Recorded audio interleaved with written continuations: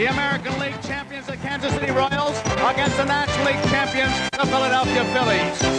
Brought to you by the Miller Brewing Company, brewers of Miller High Life. If you've got the time, we've got the beer. By Gillette, makers of Right Guard. Yes, men count on Right Guard because men perspire more. By Ford and your Ford dealers, who invite you to test drive the new 1981 Ford cars and trucks. And by Pepsi Cola and your local Pepsi Cola bottler, who invite you to catch that Pepsi Spirit.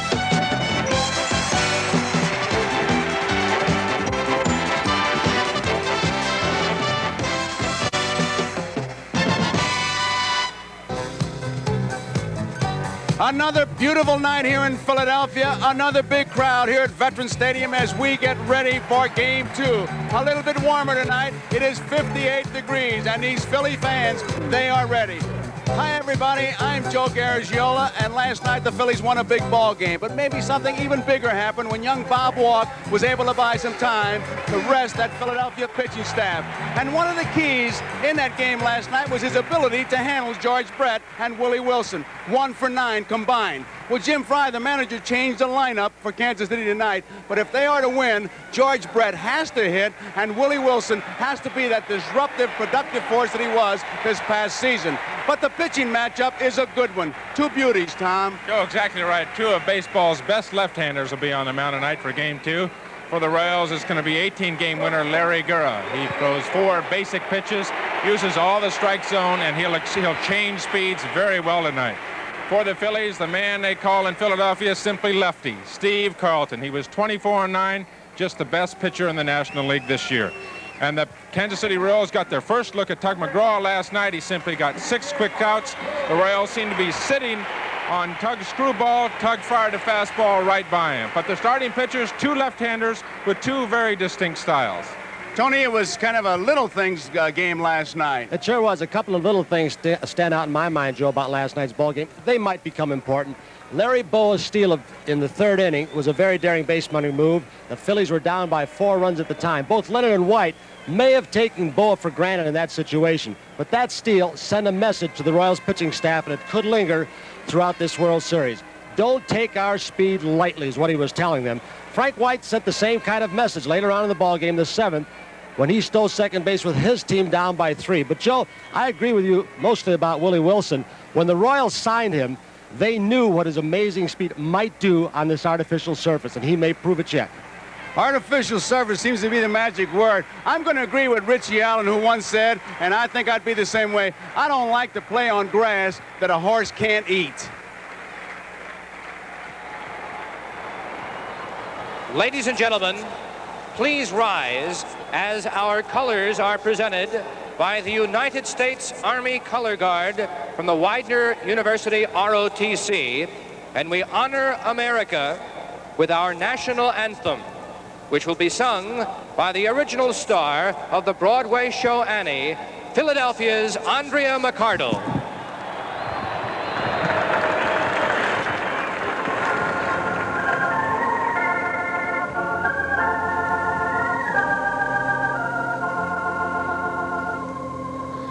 Oh, say, can you see by the dawn's early light what so proudly we hailed as the twilight's last gleaming, whose broad stripes and bright stars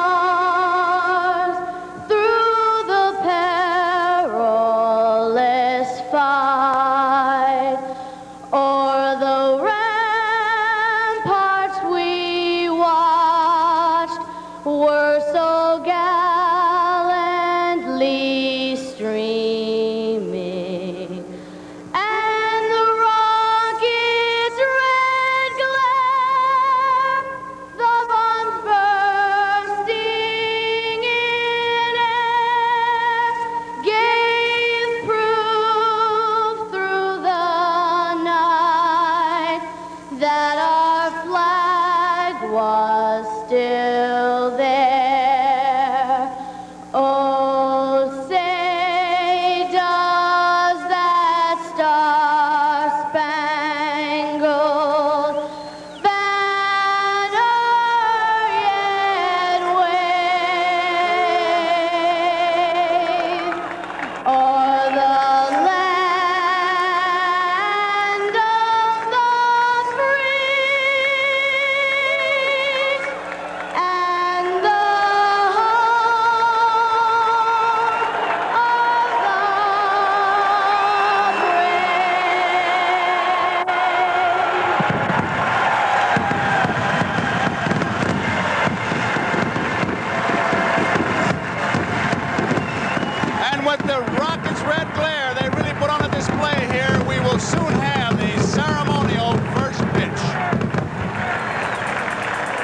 display. What a display.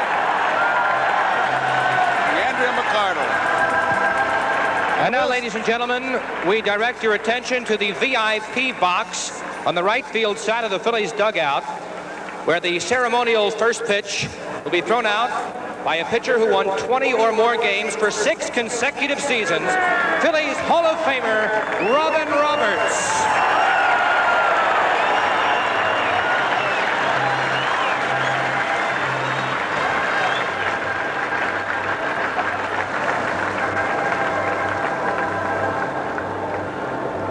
Robin Roberts throwing out the first pitch, a Hall of Famer. So the scene is set for Game 2. The Philadelphia Phillies and the Kansas City Royals. We'll be right back. Pitch, hit, and run. The official youth program of Major League Baseball. Historic Doubleday Field, site of the 1980 Finals competition. 12 youngsters from across the country came here to compete at the home of baseball's Hall of Fame. From local competitions to this exciting moment, building self-confidence and learning the value of good sportsmanship. Pitch, hit, and run. The dream comes true. The preceding message was furnished by Major League Baseball. Back here at Veterans Stadium, here is the lineup for the Kansas City Royals. Leading off in left field, Willie Wilson. Batting second, the shortstop, UL Washington. Batting third, doubtful for a while, but there he is, George Brett. In the cleanup spot, designated hitter, Hal McRae. In center field, Amos Otis. The catcher tonight will be John Watham. At first base, Willie Mays Aikens. In right field, Jose Cardinal, and batting ninth, Frank White. Let's take a look at the defensive alignment behind Steve Carlton, Lenny Smith, and left, Maddox in center, McBride in right. Schmidt at third, Bo at short, Manny Trio, the second baseman, Pete Rose at first, Bob Boone, the catcher, and the pitcher is lefty, Steve Carlton. So we're all set. Willie Wilson, who is the man who makes it go for Kansas City, leads it off. He was 0 for 5 last night. Strike one. Wilson was overpowered, absolutely overpowered last night by hard stuff, Tom. And Carlton does throw some hard stuff. Of course, Wilson from the right side today. Well, he's a young kid, Tony, 25 years old, and 0 for 5 yesterday. I think it's, I think it'd be fair to say that he'd be pressing. He's got to be a little nervous, and he's pitching against a man who many would consider the best pitcher in baseball right now. 1 ball and 2 strikes to count on Willie Wilson. Steve Carlton likes to work in a hurry. A strike missed by the catcher Boone. He'll throw the first and he gets him. 1 strikeout. Carlton registers 8.5 strikeouts per 9 innings. A breaking ball got him. We'll let you start with that pitch for your scouting report, Tom, on Steve Carlton. That was a hellacious curveball. Well, he has just absolutely an awesome breaking ball, Tony. I mean, the slider that he can throw to those right-hand hitters down and in, if he can establish that he can throw that slider where he wants to early in this game to these right-hand hitters, they'll commit to that pitch, and you'll see a lot of strikeouts. It'll look like it's going to be a strike, especially with 2 strikes. You have to protect the plate. You go out there and start to swing, and that ball breaks down and in right about your feet, and it's completely out of the strike zone. It's completely unhittable. Here's UL Washington, strike 1. Steve Carlton led the major leagues in innings pitched 304 and in strikeouts with 286. You might take note of the pace that Carlton sets. He likes to work in a hurry. And you might notice as just the second hitter, UL Washington stepped out and made Carlton wait just on that last pitch. Larry Bo, a big hop. 2 outs.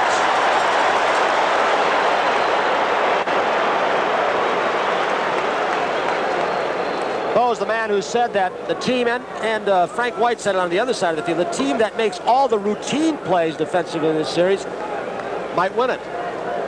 Here's the man of the hour as far as this ballpark is concerned, George Brett. It was doubtful. They made an announcement at 6 o'clock, and as you heard Brian Gumbel and Mickey Cobb, trainer, talking about George Brett, playing in considerable pain.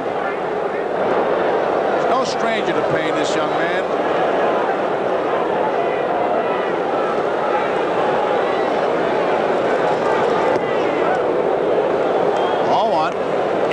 left-hander really gives Kansas City a little more trouble than right-handers. One of the reasons you negate Brett, if Wilson gets on, you hold his speed down on the base pass to steals, and Carlton has excellent move.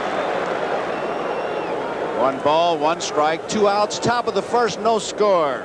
Ball game just underway. Bouncing ball up the middle. George Brett has a base hit. Brett is on with a single.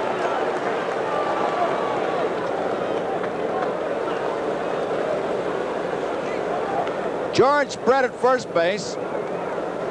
Well, we'll take a look. You heard Mickey Cobb, the trainer, in Brian Gumbel's show as he chops a breaking pitch, a curveball down on the artificial surface. That's a turf hit. Said he'd have trouble running. George did not sprint down to first base as he ordinarily does. He usually makes a long, wide turn. If you bobble the ball, he keeps on going. He trotted down. Here's McRae. Pops up the first pitch. Right field side. Everybody giving it a chase, and no one can get it. Strike 1. Pete Rose, Manny Trio. It's actually a little bit easier play for the second baseman on this. Pete Rose had a shorter way to go, but he's trying to catch it like a football pass over the shoulder. But with Trio playing McRae up the middle a little bit and protecting for a steal from Brett, that possibility, he couldn't get there. Paul Pryor, the man at first base tonight, the National League umpire. Look how far off the plate McRae stands. They got him. It was close. He was leaning and he just got back. I thought they had him. He had me picked off. Martinez is arguing for a ball call. Here it is again. He had Brett leading the other way. I do not believe he was even going at that point. He hadn't set. Fastball misses. Here it is again. Watch Carlton's head motion. When he's looking at you as he makes his step, if you look at his foot, you got a problem. But if you look at his head, you got a chance to solve him. When he's looking at you, sometimes, in fact, most times, he's going home. When he is looking home, he goes to first. It's the old Maury Wills theory. 1 ball, 2 strikes, 2 outs. Does he change speed on his curveball much? It looked like he pulled a string on a breaking ball that time, Tom. He'll take something off the breaking ball at times, Tony, yes. But the big out pitch for him, especially in a 2-strike situation like this, is that slider that's going to come down and into the hitter's feet. Right field, base hit. George Brett rounding second. He's going to hold on. He stops at second. And Kansas City base runners at first and second in the battery of Masotis. Brett may have stopped for 2 reasons. 1, with 2 outs, he doesn't want to get thrown out at third. That would violate a cardinal rule of baseball. And aside from that, he did not run to second base well again. He is hurting. Well, Tony, he didn't run hard, it's true, but I just wonder, the situation really doesn't dictate that he goes all out. We know he's an all-out kind of ball player, but a needless slide tonight with the problems he has. And, well, I tell you, it's not funny, as Brian said, if you have that problem. And trying to play in a World Series, well, 2 outs. Bouncing ball, Mike Schmidt at third has it. The trio forces on. McRae is out, coming down from second. That ends the top half of the first inning. So we go into the bottom half of the first inning. There is no score. Back here in the bottom of the first inning, here's the lineup for the Philadelphia Phillies. Leading off, Lonnie Smith in left field. Batting second, Pete Rose. He'll be at first base. Nate McBride in right field. Mike Schmidt, the cleanup hitter, at third base. A late start for Keith Moreland. Luzinski was scheduled, but Keith Moreland will be the DH tonight. Gary Maddox is in center field. Manny Trio is at second base. Larry Boa, the shortstop, and Bob Boone will be the catcher. The Royals defensively behind Larry Gura in left field. It'll be Willie Wilson, Amos Otis in center. Jose Cardenal has gone out to right field for today's ball game against the left-handed pitcher. George Brett at third, UL Washington in short. Frank White, the second baseman. Willie Mays Aiken at first. John Wathen becomes the catcher. Porter's not playing, or at least starting today, and Larry Gura, the pitcher.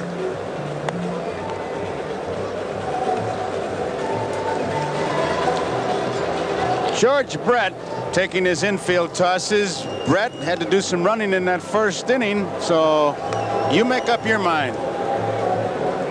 Here he goes on the ball, the base hit to right field by McRae. He did start out pretty well. With 2 outs, he's not taking any chance. He's going to hold right there. You know, he came out and tried to take a few ground balls during pregame practice, bent over a couple of times, and then went back in to get a water bottle or some hot stuff.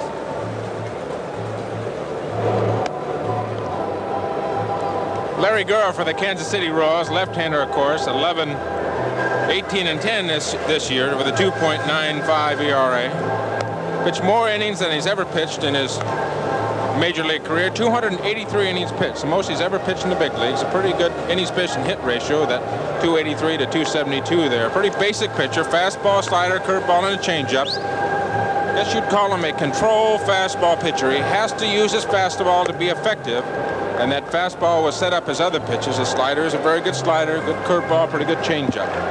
Tom, he has not had the number of good years and great years as Catfish Hunter did, but Gura will at times remind you of Catfish Hunter the way he changes speed on his fastball. He is not just a fastball changeup pitcher. He will have varying degrees of his fastball. And if you get him early, as the Yankees almost did in the championship series, you can give him a problem. Once he gets in his groove, gets the rhythm, he can be tough hitting the corners, moving the ball around. Leading off, Lonnie Smith. Outside, ball one. That's another place where you've got to wonder with the team speed of the Phillies whether they're going to test George Brett at third base. He made a move on that one with a fake bunt attempt. Foul ball, out of play. 1 ball, 1 strike. No score, bottom of the first. Kansas City threatened. There is Larry Gura. Larry, one of those athletes, stays in shape all year round. High fly ball, center field. Amos Otis says, I'll take it. 1 out.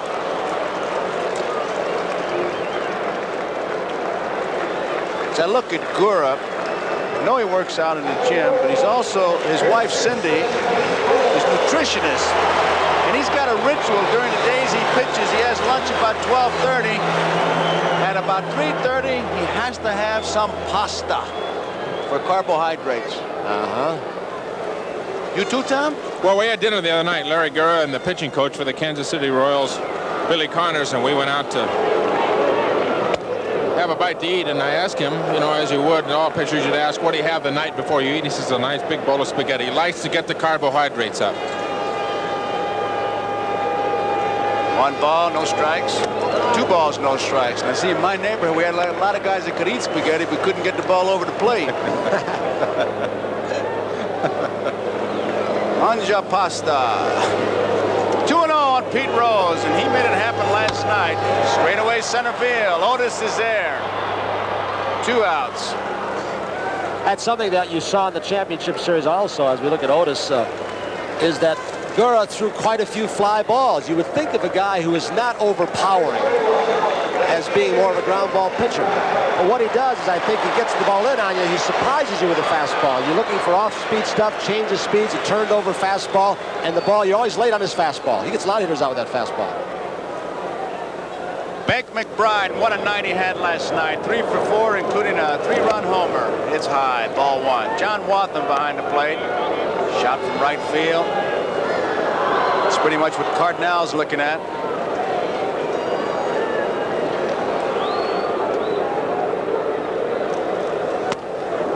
Good breaking pitch. 1 ball and 1 strike. 2 outs, nobody on. Bottom of the first, no score. Big is another one of those left-handed hitters, and he's got a lot of experience, but you still do it. Once you hit a home run, you get a left-handed pitcher, you continue to try and pull the ball, and they give you trouble. 2 balls and a strike. I tell you, we've got a microphone down there. It's just great, because baseball is not only a sight game, it's really a sound game. Ball off the bat, obvious. Off the shin guards, into the glove. Even picked up a handshake last night, a high five. 2 balls, 2 strikes. Tell you what, we'll just let you hear this sound on this next pitch, whatever it is.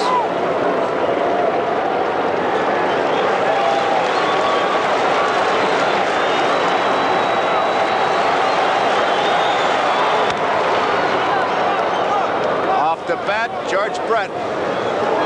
George Brett makes the play. 3 up, 3 down for Philadelphia. We end 1 inning. It's 0-0. Kansas City and Philadelphia. And 2 up for the Kansas City Royals. Here it is. Top half of the second inning. They'll lead off with John Watha. And then it'll be Willie Mays Aikens. And then Jose Cardinal. Top half of the second inning. Nothing to score. John Watha. So far in this World Series, 0 for 1. A pinch hitter.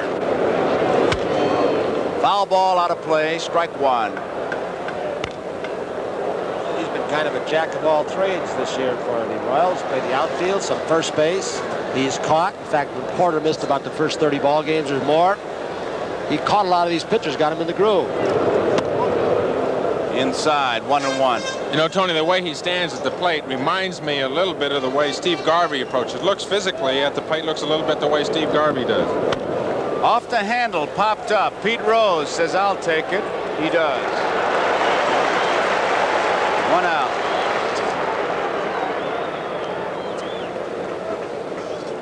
Pistol Pete Rose.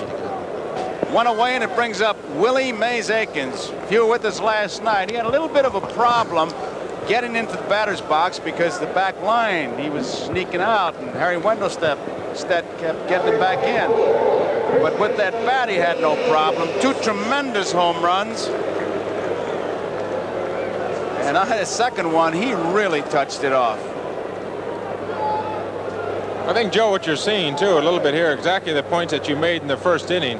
Carlton likes to get the ball and pitch. Now, that last out, Aikens was over there putting on his gloves, getting the pine tar, you know, just making sure he's not in any hurry, and Carlton's out there waiting on the mound. Making Carlton wait. Willie Mays Aikens just made a mistake. He uncovered the white line.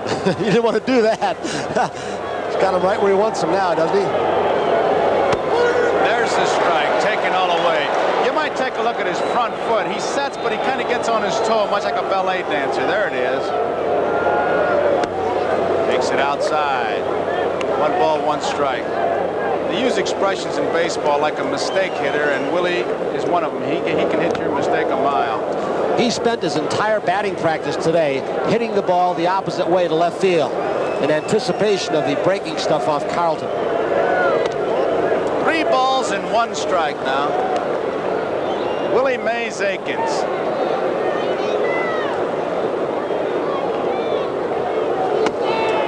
Ball 4, he drew the base on balls. Carlton doesn't walk that many. In fact, in 1980, Carlton, 2.7 walks per 9 innings, his average. Strikes out 8.5, walks 2.7. So you can see why he wins 20 games. In fact, this was his 5th 20-game season this year. Jose Cardinal. He has bounced around. Line drive, foul, strike 1. You think that isn't a thrill for this little guy who's played so many baseball games through the winter leagues down there and so many seasons in baseball with all the clubs you talked about to be in a World Series and to play in one for the first time today? What a break, too. You know, towards the end of the year, a couple clubs after him. He's always been underrated. When he was a younger kid, he had good speed, a fine throwing arm, had some power, stole you some bases, ran the bases well. Booney just got hit with the foul tip, and that's the last thing he needed. He is really hurt.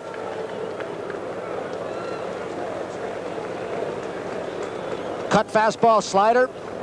Oh, got underneath the mask. Oh, I want to. Is he wearing one of those protective devices that Bill Bueller and Steve Yeager devised? He's just got the mask low. Oh man. Now, why wouldn't a guy with that shingle hanging down or whatever you call it wear it all the time, just for reasons like this? Look at that. That is mean. Cardinal takes it alone inside. 1 ball, 2 strikes.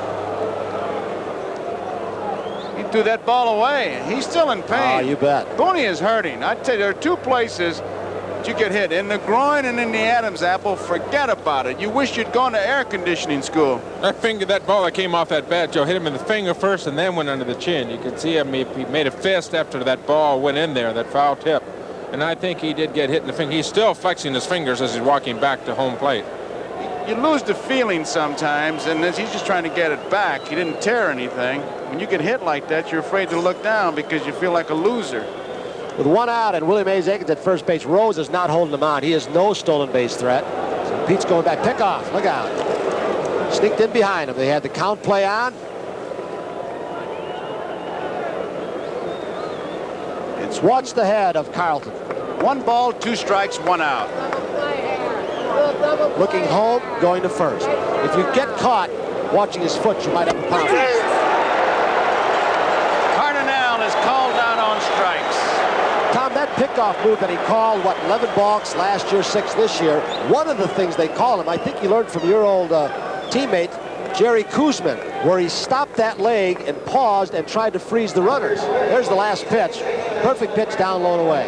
Well, he did talk to Jerry Kuzman about the move, Tony, yes. And I think, you know, he's got a very touchy, touchy delivery over there to first base. He steps way over here toward the dugout, and you hear a lot of people scream when he does go to first base. Here is Frank White. There are 2 outs, base runner at first, no score. Oops, he runs back now as Booney was able to come up with it. Willie Mays Aikens had some ideas when the ball got away from Booney. Boone back, able to hold the base runner at first. His stuff must be pretty live today because Boone doesn't hang on to this fastball. Look at that, he boxed it. Same thing happened on the hard breaking ball to Willie Wilson, the first man up for the Royals. Boone couldn't hang on to it. Our Jug's gun down there has got him about 89, 90 miles an hour on his fastball. Boone had a little trouble with that one. Got tied up inside. I got to question the accuracy of the Jug's gun. If it got him only at 89 miles an hour. I was going to say the same thing. They say that the last 2 years he's thrown the hardest he's thrown in the past 5 or 6. 1 ball, 1 strike. 2 balls and a strike. There are 2 different guns. I've forgotten the brand names of them, but one registers about 5 miles per hour consistently faster than the other.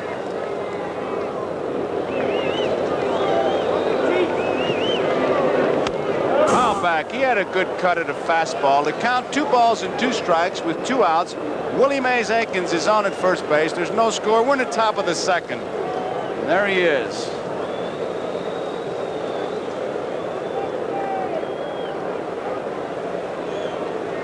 These Royals, they swing the bat. Led the American League and hitting with a .286 batting average. He missed the 3rd strike, so did Boone, and now Aikens moves his 2nd. White is on at first, and Boone is catching Carlton like he's being crossed up a lot. Well, I'll tell you, I just looked over while that was going on to Seaver, and this ball goes down. I don't think it's a slider. That baby's got something on it. What are you saying? Are you saying that there's foreign substance on the ball? Would you say that here to me or what? I would say I think he's got a nasty slider, and he gets his hand on top of the ball and drives it right down into the ground. You never did trust us pitchers, did you, Tony? I trust you less now after you said that. They call it a strikeout, obviously, but a wild pitch. And Frank White is on at first. Aikens is on at 2nd. That's fouled off by Willie Wilson. So once again, Kansas City threatens. See, Joe's an expert on that, too. He was a catcher, Tom, as everyone well knows. There are the base runners, Aikens at 2nd and White at first. And you guys never told on pitchers either. We told our own guys. High chopper foul. Joe caught back when that pitch was legal, too, didn't he? I tell you, I think that's the most overrated thing in the world. What is? The spitball and all, if they legalize it, and that honeycut for putting a thumbtack in there and cutting an umpire, that's got to be a... Man behind home plate tonight, Bill Kunkel, caught honeycut. Fastball misses, and it's 1 ball, 2 strikes. Carlton thought he had it. So we've had a base on balls and a strikeout that wasn't a strikeout when the wild pitch on the 3rd strike by Carlton. Inside, misses, and it's 2 balls and 2 strikes. Wilson was out on strikes his first time. He got him. That's his 4th strikeout. That ends the inning. So we go into the bottom half of the 2nd inning. There's no score. And if you're like me, when you saw that ball get by Boone, did you not go back to the Yankees and Dodgers World Series with Mickey on? Let's look at a flashback right now.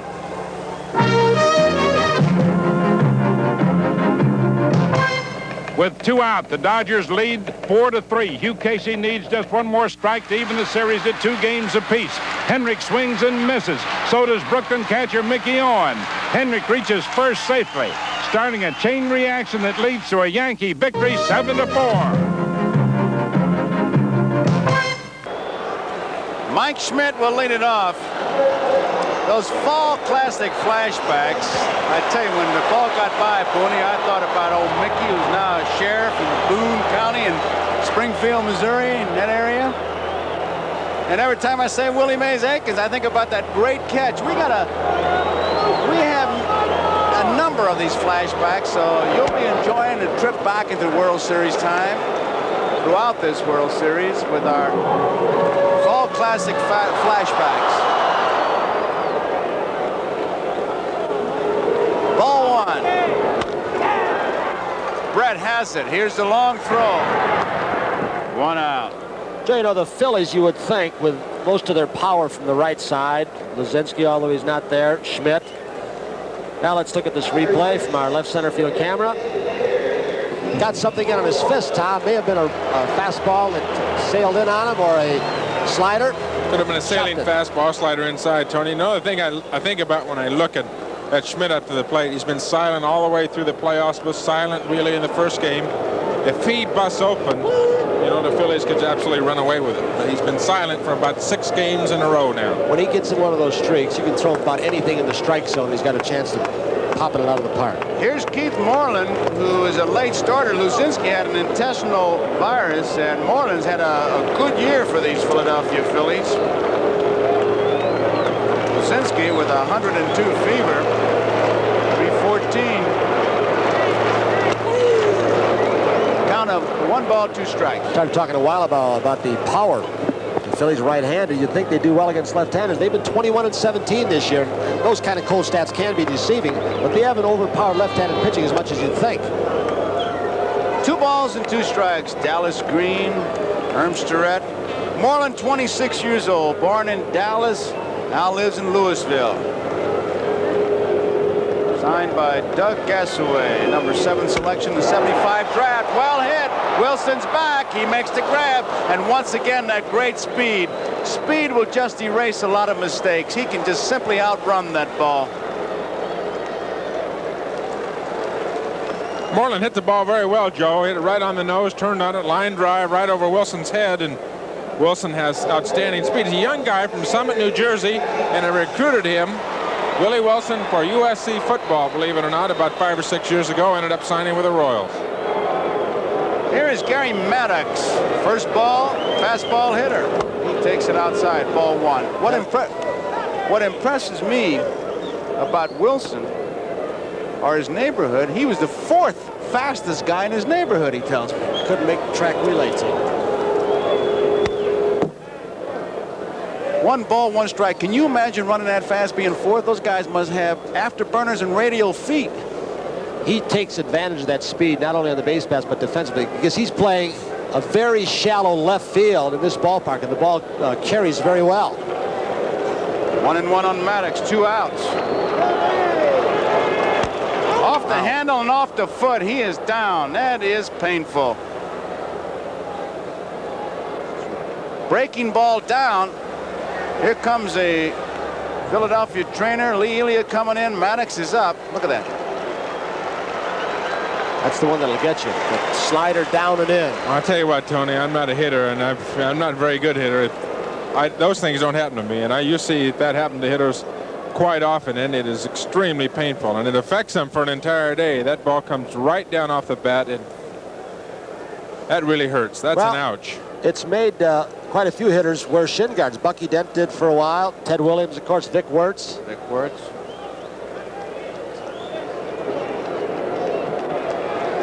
1 ball, 2 strikes, 2 outs. Maddox is ready.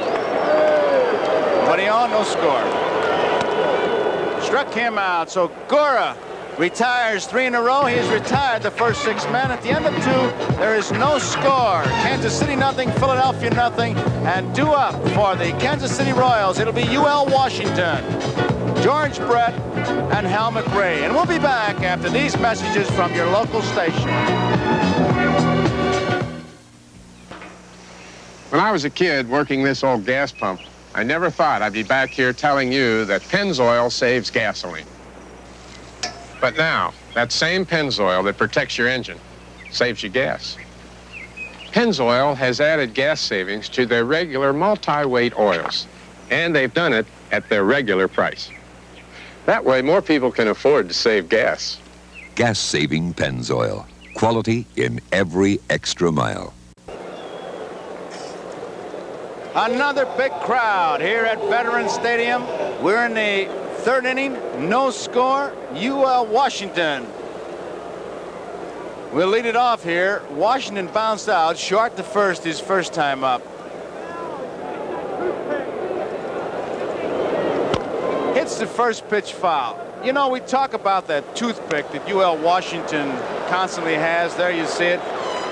For you youngsters who are watching, it's okay for UL Washington. He's been doing it, but I wouldn't do that. I mean, it doesn't help you. It's one of those 50-50 things, and it could be very, very dangerous. You don't really need it. UL does, so let's root for him, but don't you put it in your mouth. 1 ball, 1 strike. The Royals had to have lefty on the ropes in the first 2 innings. They've left foreman on, 2 in each of the first and second inning. Base hit may have swung, if there is such a thing as momentum in baseball, back into their favor after yesterday. 2 balls and 1 strike to count here. You know, a baseball game has a flow to it, be it the pitcher, the hitting, and the crowd is a factor. I don't know if it's affecting you as a viewer. Let me try to express it. 2 and 1 to count. There's the strike. First of all, Carlton likes to pitch in a hurry. The batters are slowing him down. When the Phillies bat, this crowd really gets itself up. But now, with the Kansas City Royals batting, it's choir practice time. Doesn't matter to Carlton. He's got cotton in his ears somewhere anyway, doesn't he? To block out the crowd. He does that to maintain his concentration. You hear a little buzz with the crowd. Listen.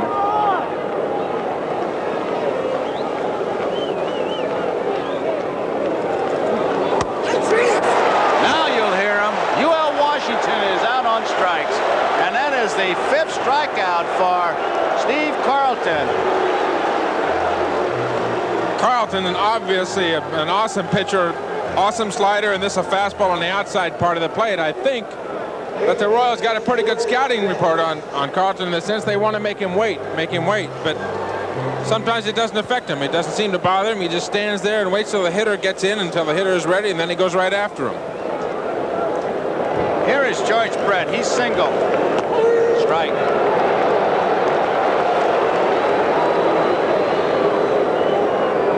Neither team has ever won a World's Championship. Line drive. Base hit. I don't know about his running, but his bat is not bothered, I'll tell you that. Now, that ball looked like it was catchable. That may have gotten in the lights. Brett hit the ball very well. It was sinking, but when it came off the bat, McBride started backing off.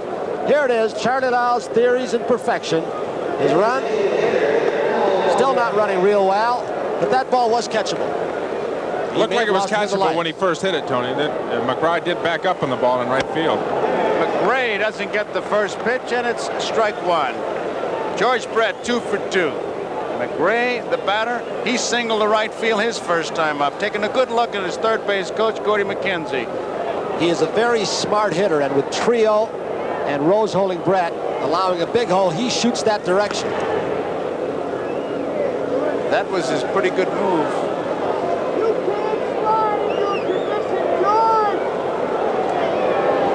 Fastball misses. Tom, the ball, as we see Gordy McKenzie, the third base coach for the Royals, giving a series of signs to McRae, who's out of the box, and Brett. The fastball that Carlton struck out UL Washington with down and away, it looked like he turned it over. It was still very hard, but he throws 2 kinds of fastball, looks like. Base hit, left field. George Brett will stop at second base, so McRae is 2 for 2. Brett and McRae, they've been able to solve Carlton, but the rest of the lineup, forget about it. He has just stuck termites in the bats. Otis is the batter. He had no force play to end that first inning. 1 man out. Otis last night 3 for 4 with a home run. No score. We're in the third inning. Last night, the Phillies won it 7-6.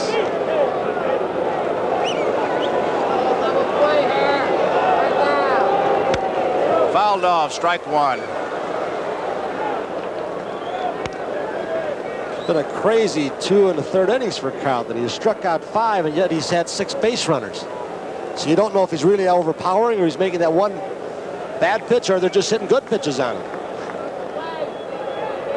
We've got the jugs gun on him. It says 88, 89 miles an hour, but you can't throw fastballs by people the way he has, throwing 88 or 89 miles an hour. He's got to be throwing better than that, Tony. Granted, he's got a great curveball and the outstanding slider, but his fastball, at least from up here, looks a lot faster than what the gun has it. There's a double play ball. The ball 1. Double play. Innings over.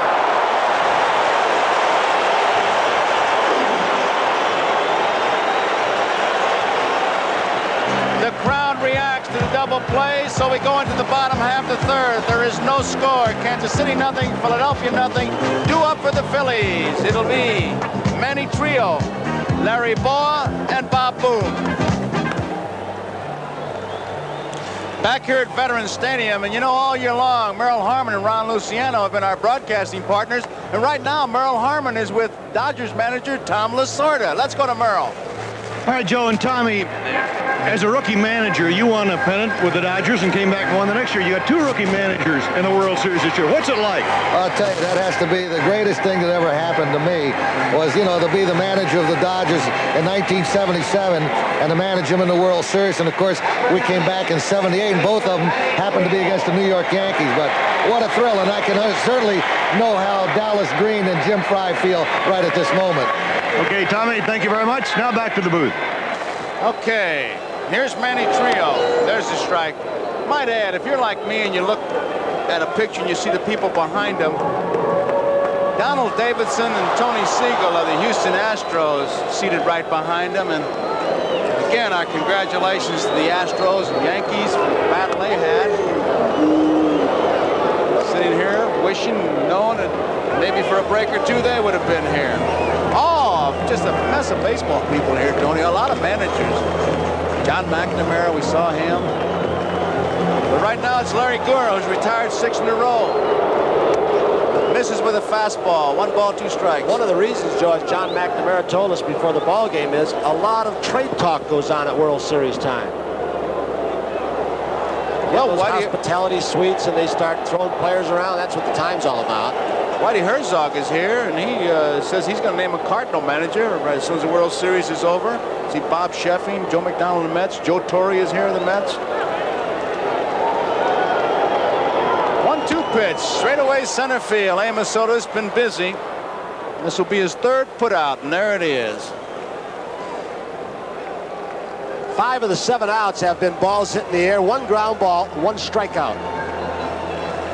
You can just see, Tom, how off Boa, the hitters think they are on the ball, and it sneaks in on them a little bit, or they're a little bit out in front, as Trio just was. Just off balance, that change of speeds. We use that jug gun a lot.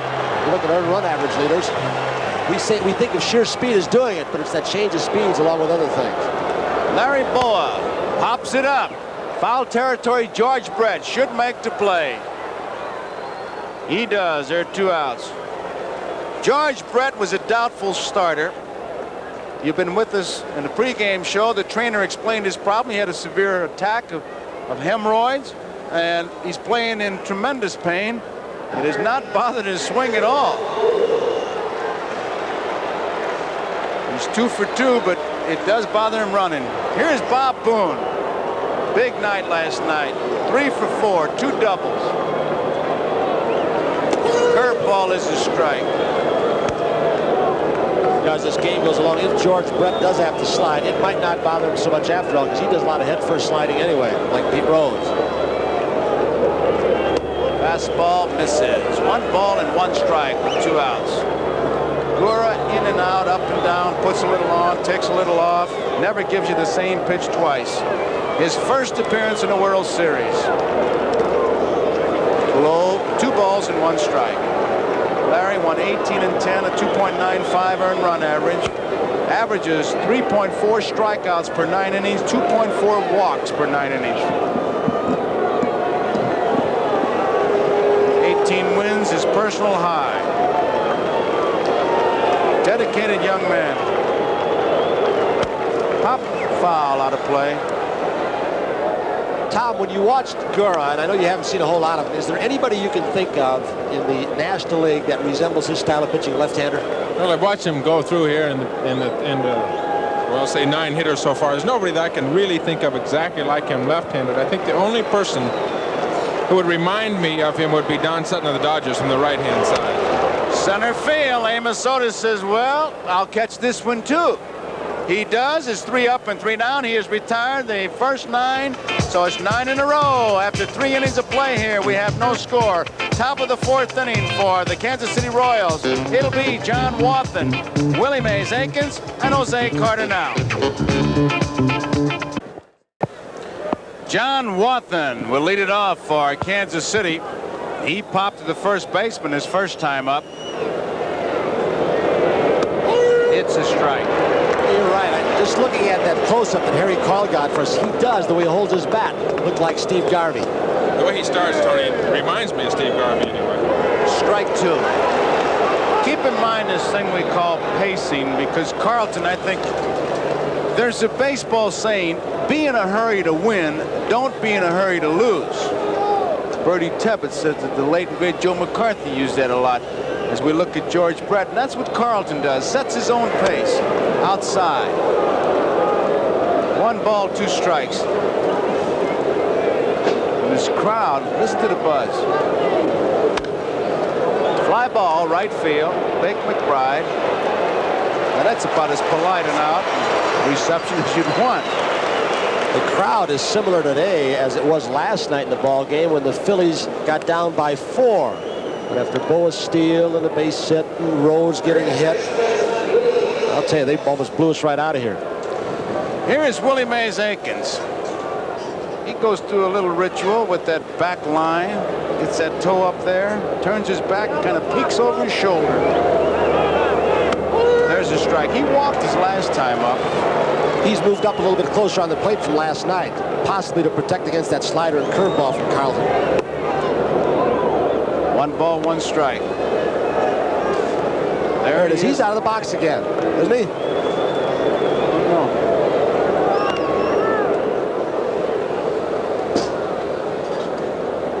Two balls and 1 strike. He's digging and he's just kind of messing around with that dirt back there. So he's trying to cover up the line a little bit. Oh, we'll let Ron Luciano, he explained it last night. He keeps creeping back, Ronnie. Yeah, but that's Bill Kunkel behind the plate there, and Bill's seen him all year long. And the ruling on that, look, if any part of that foot is touching the line, then he's considered in the box. And with a size 12 foot he has, look at that. Base hit center field off Carlton. It just hit off the side. But I got to ask you something, Ron. Why does an umpire tell a hitter? Doesn't the rule say that if he hits the ball in fair territory, you're not supposed to tell him, but then you're supposed to call him out? You're absolutely right, but you don't think the umpire is going to stand down here and say, hey, Willie, you're out and 65,000 people shoot him. Rules are rule. Rules are rule, but you make the catcher and the manager and everybody else come out and say, hey, do this and do that. And then if they put enough pressure, we'll do it. Otherwise, we're going to keep quiet and stand back there and not have any trouble. Okay, good idea. Here's Cardinal. High hopper, Boa, it's a trio, 1 out, over to first, in time, a double play. 6-4-3. And that ends the 4th inning for the Kansas City Royals. Another double play. So we go into the bottom of the 4th. There is no score. Kansas City nothing, Philadelphia nothing.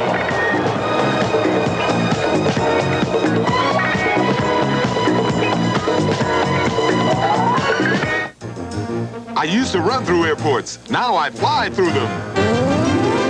With new Hertz #1 Express service, I fly non-stop from my plane to my car without stopping at the counter. If you ask for #1 Express when you make your reservation, your Ford or other fine car and contract will be waiting at the #1 Express booth. Once again, Hertz puts you in the driver's seat faster than anybody else.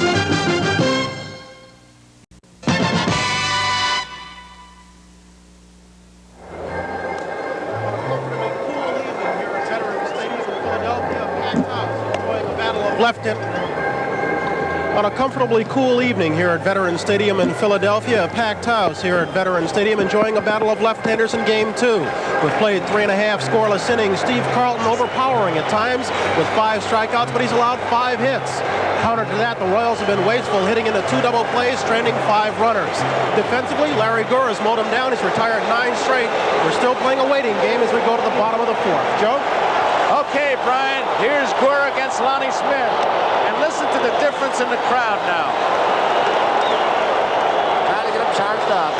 Brett in tight at third base with the speed of Lonnie Smith.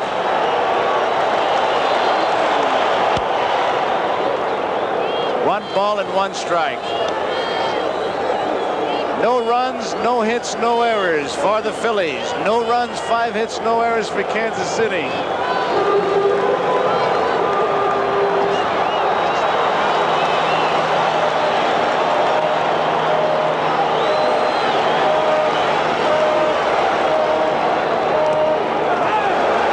Inside, 2-1. You know, you can hear the fans, Joe, coming alive. They want a little something to yell about. Larry Gura has very quietly gone onto the mound, retired 9 men in a row. Ball has, you know, there's been one ball that's really been hit very hard by the Philadelphia hitters. They'd like to see a little action here. No hits by the Philly hitters yet. It's out of play. 7 of 9 have been balls hit in the air, the outs, 1 strikeout, 1 ground ball. And Tom, we make too big of a deal sometimes of the jugs gun, I think, as far as speed. There are other things involved getting hitters out. Well, there's 3 things when you talk about a fastball: where it goes, the movement it has, and how fast it goes. And Larry Gura is a master at changing speeds on his fastball, different speeds of fastballs. There's a strikeout, his second strikeout, took something off the curveball. So there's 1 away, and it brings up Pete Rose. And there is Maury Wills, who was one of our broadcasting partners and now a manager for the Seattle Mariners. Watching the ball game, rookie manager, waited a long time for his chance, and he looks happy. There are many, many baseball people here, as we mentioned, as we look around the crowd. Here's Pete Rose.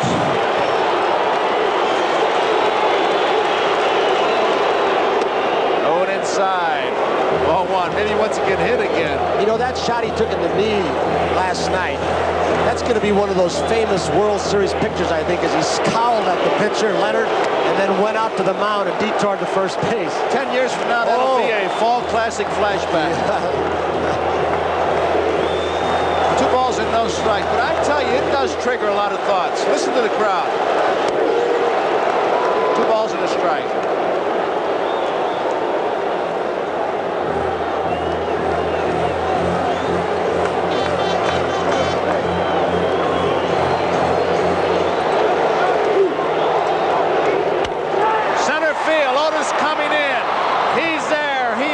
Catch. 2 outs in the 4th. 12 in a row retired by Gura. Tom, Tony, you talk about 12 in a row. Maybe I'm hooked on these flashbacks, but I keep thinking Bevins, Larson's perfect game.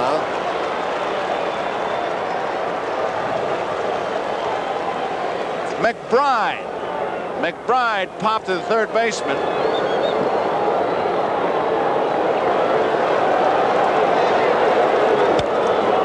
Out of play. If I said to retire 12 in a row, I meant 11, of course. I got to ask Tom this. Of the factors that you mentioned that a pitcher does, speed, etc., which one of those, if this is possible to answer, is the one that might get all the fly balls for pitchers Gura's getting? Probably movement, I would say. Movement at the ball as it gets to the hitting zone out in front of home plate. And he might be throwing a pretty good fastball outside, but then when he comes back inside to those hitters, the point you made before, he might put a little extra pop on it. They never get to it. Pop the ball up. Right to Frank White. Another perfect inning for Larry Gura. 3 up and 3 down. Now he is retired. 12 in a row. We complete 4 innings here, and the score: Kansas City nothing, Philadelphia nothing, and due up will be Frank White, Willie Wilson, UL Washington, and we'll be right back after these messages from your local station. Joe Garagiola, Tom Seaver, Tony Kubek back at the Vet in Philadelphia. Game 2 of the 1980 World Series. The Phillies won last night's game 7-6. after the Royals had gotten off to a 4-0 lead. You know, Tom, listening to you and Tony talk about pitching, Warren Spahn had it pretty simple. He said the pitcher needs 2 pitches, one they're looking for and one to cross him up. And that looks like what Gura's doing. We're in the top of the 5th. Frank White, Willie Wilson, UL Washington against lefty Steve Carlton. Ground ball, broken back. Gura. Boa short hops it to Rose, 1 out. The Royals have had Steve Carlton in trouble. 2 base hits in the first. They stranded both runners. A walk, a strikeout. The man reached base, stranded 2 in that inning. They had 2 more base hits in the third, a double play. They had a base hit in the fourth, another double play.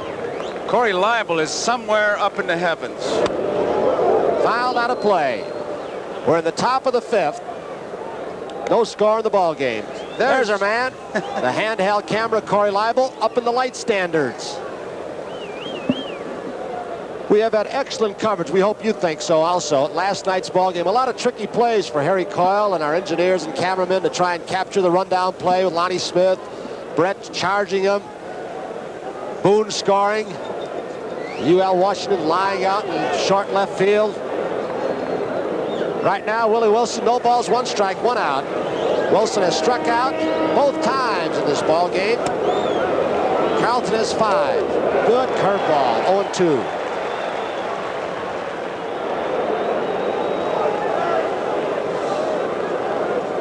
Wilson, a natural right-handed hitter. We told you in our little pregame spot, they doubted seriously whether he would hit or not. Another breaking ball. Boone hangs on, so Carlton gets strikeout number 6.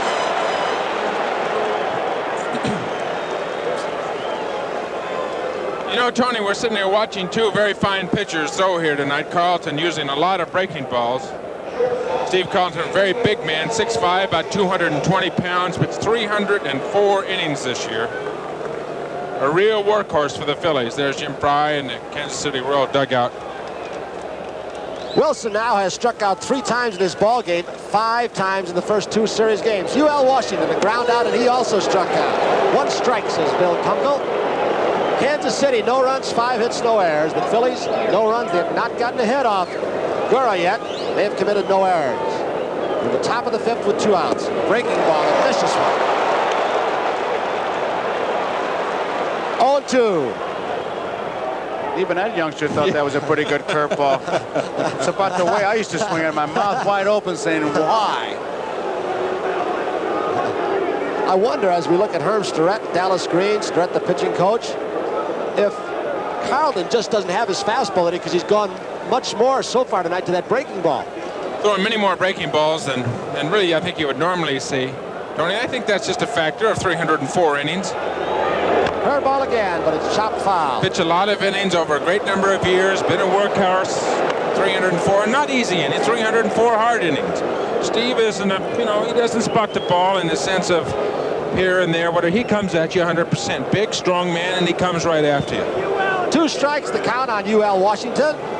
With no score in this game, we're in the 5th. Fastball way outside. Carlton, a tremendously conditioned athlete. This spring, when Dallas Green, the manager, was starting to get the guys to toe the line, had his pitchers run a lot more, Carlton didn't. And when Dallas Green went through his routine, he said, buddy, you don't have to, because there's nobody in this ball club and probably in the league that go through all your stretching exercise, the lifting, the Nautilus stuff, and that garbage can full of rice that he digs into. Have you tried that, Tom? No, I haven't been into it's that unreal. Yet. 2 balls, 2 strikes, 2 outs to UL Washington. Curveball, could be a base hit. Bo can't reach it. Scoots through on the artificial surface. So Washington's on. He's got speed with 2 outs. There's a possibility of a steal.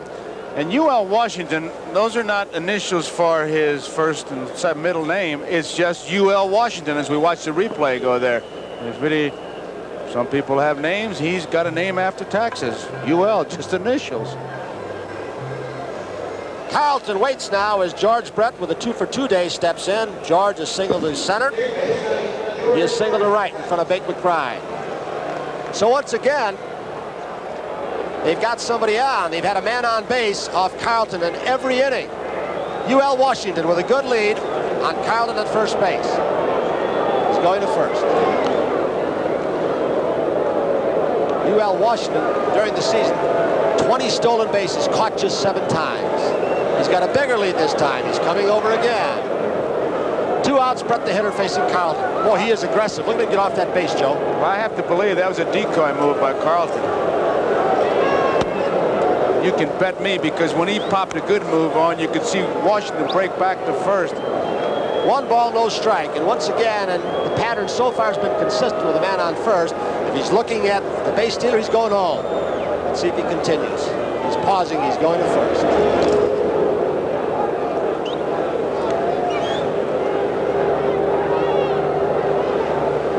No score in the game. Brett McRae with 4 base hits, the number 3 and 4 hitters for the Royals. Curveball outside.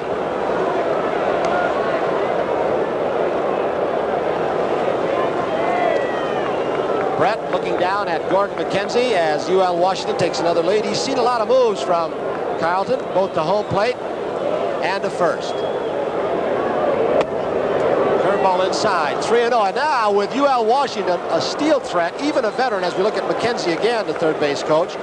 Carlton has lost his control. I would believe even a veteran can get his attention divided in a steal situation.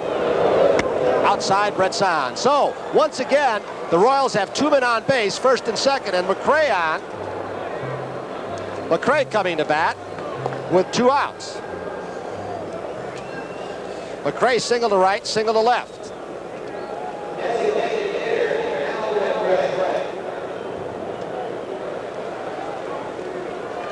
Hal McRae. A base hit. Made score their only run thus far. Curveball outside, 1 strike. We've got 2 outs here in the vet in Philadelphia. Maddox in center field. There is Brett, the runner, at first. UL Washington at second. Maddox a little bit toward right center field on McRae. Good fastball, good movement. I got to wonder, Tom, also if Carlton has not tried to establish that curveball a little bit, maybe it will begin to make his fastball look that much better. Or maybe thinking that his fastball wouldn't develop until later in the game. Definitely throwing a lot of curveballs early. Hopefully maybe his fastball will come around. 0-2 count. He went to the slider. Now it's 1 ball, 2 strikes. It looks to me, Tony, like his front side is flying open awfully quick. He didn't pitch to Brett very well. Pull the string on a curve. When you say flying open, explain. Does that mean his arm's going to drag behind? Exactly. The front arm, that would be Steve Carlton's right arm when he comes to home plate, would be flying open, and then his left arm was never be able to get through and get to the strike zone. He threw 4 pitches to Brett. None of them seemed to be very much near the strike zone. 1 ball, 2 strikes, 2 outs. The 5th inning here in Philadelphia, game number 2 of the World Series. There's no score. Way inside, goes 2-2. Here's the pitch. He wants to make it happen right here at 2-2. He's going to lose a little bit of the edge with UL Washington at second, Brett at first if he goes to 3-2, and McRae pretty well knows that. Carlton has thrown a lot of pitches, and he is not yet through 5 innings. Bounces it. Count goes full. 3 balls, 2 strikes, 2 outs. The runners will be on the move. This will also be a good test for George Brett at first base. He'll have to run hard as soon as the ball starts at the plate. We'll be able to see him. Coaches are already luring the base runners. Make sure he goes home. Here comes the pitch. The runner's on the move, fouled off by McRae. And I tell you, I was watching Brett. He is guaranteed hurting. And he had better be careful at first base because Carlton and Rose have a pickoff play in this situation where Rose will sneak behind the runner. It'll be a count play. Carlton will put on the tricky move, throw behind the runner at first base. So George has got one thing in mind. Make sure he goes home. 3-2, 2 outs. The fans start chanting again. And there's another one. Decoy, nobody covering.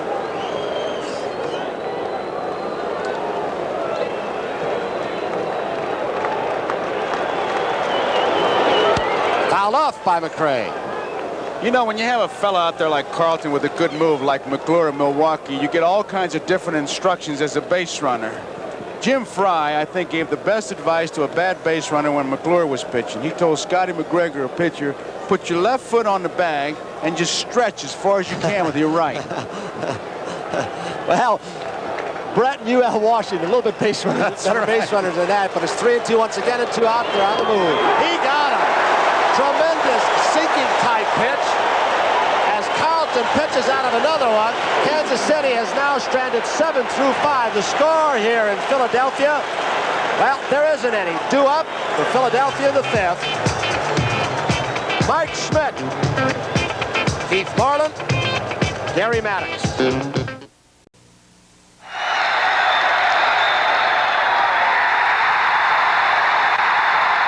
Baseball for the entire family. Baseball, a great entertainment buy. Take your family out to the ballpark in 1981 and catch baseball fever.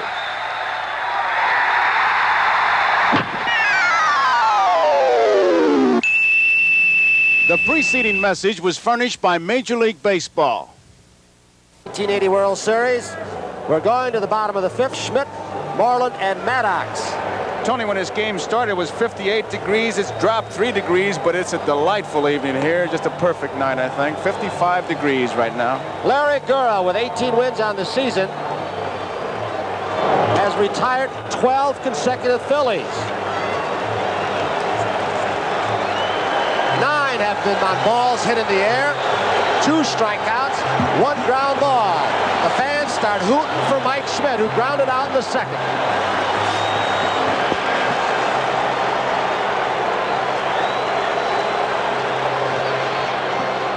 Gura with outstanding off-speed stuff. He's really changed speed on his fastball, mixed in a slider.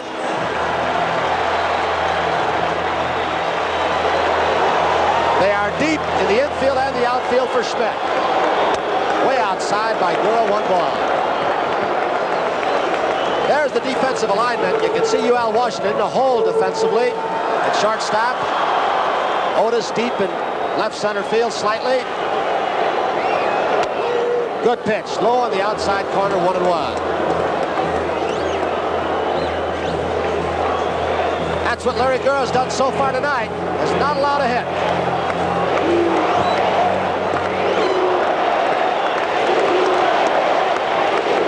And 1 strike, so Gura drops behind. And you can hear the fans, if you can't make out what they're saying, it is, we want a hit.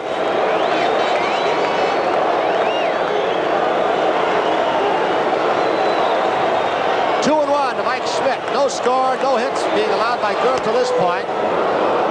Right there in the outside part of the plate. Outside corner, count goes 2-2 to Schmidt.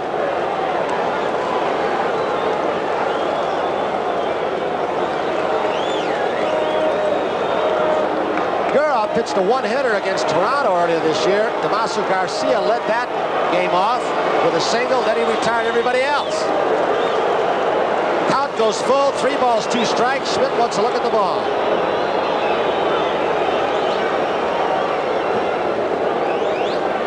Second base umpire Don Dinkiger, American League, out to get a frisbee. Kunkel at home plate, Pryor at first, Don Dinkiger at second, Dutch Renard at third. Left field foul line, Nick Bremigan. Right field foul line, Harry Wendelstadt.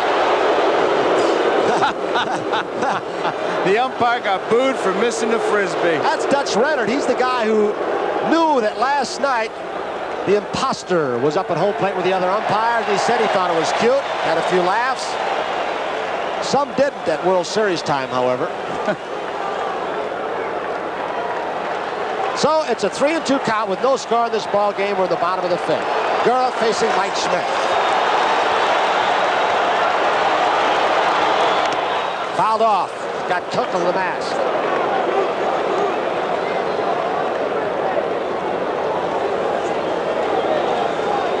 Watch his foul tip. It gets Kunkel pretty good.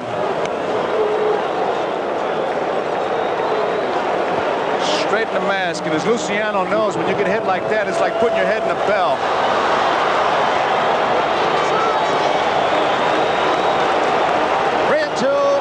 Schmidt facing Gura.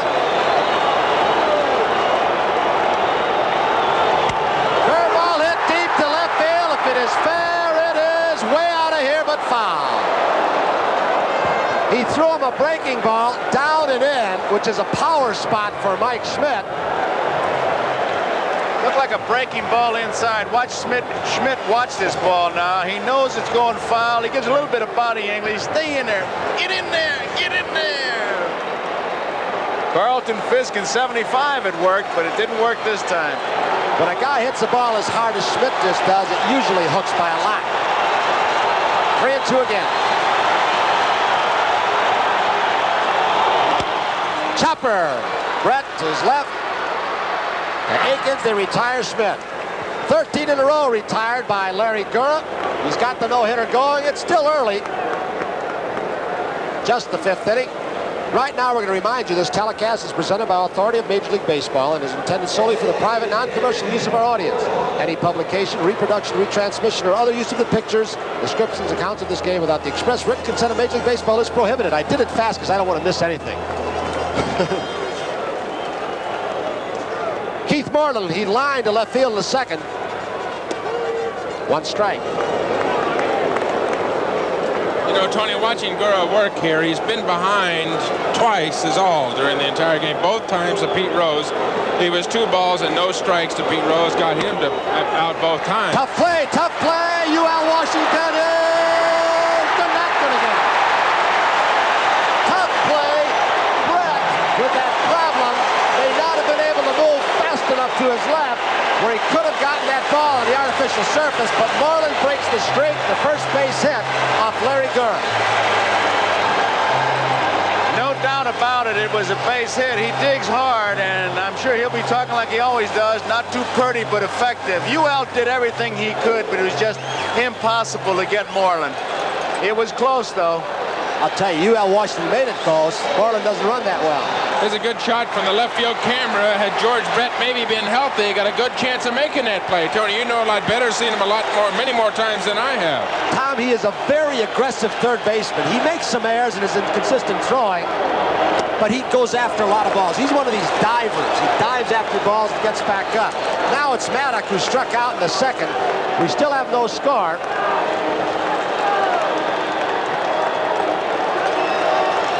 One base hit. That was it by Moreland. He beat out a ground ball, a deep short. Deep to left, but it's going to be foul. Tom, what does that do to a pitcher when he's pitching good? Not the base hit, but Schmidt hit the ball hard, and now Maddox hit the ball hard. Does that put a doubt in your mind? Well, not the way they hit it, Joe. No, really. I think a 3-2 pitch. Gura's only been 3-2 on one hitter, and that was Mike Schmidt. He got in a 3-2 situation. He fouled back a fastball, and they threw a curveball and got way out in front of him. So Schmidt really did what Larry Gura wanted him to do. He got him way out in front. Of course, the fastball, he grounded out. I think a guy like Gura gets a lot of balls hit hard in foul territory off him anyway because he pulls the string, and if you're right on it, or if he's just off the inside corner, you're going to hit it well, you're going to pull it foul. Otherwise, it jams you. 2 balls, 1 strike. So Gura once again behind the hitter. As Tom told you, this is the 3rd one now. It's behind Maddox with Moreland down at first base. We're in the bottom of the 5th. Moreland with a good lead. He does not have good speed. Gura facing Maddox. Wathan flashing the signs. He wanted to go inside at first. Now he's changed his pattern. He moves outside. You can probably see Gura does not have the outstanding move that Steve Carlton does. 1 out.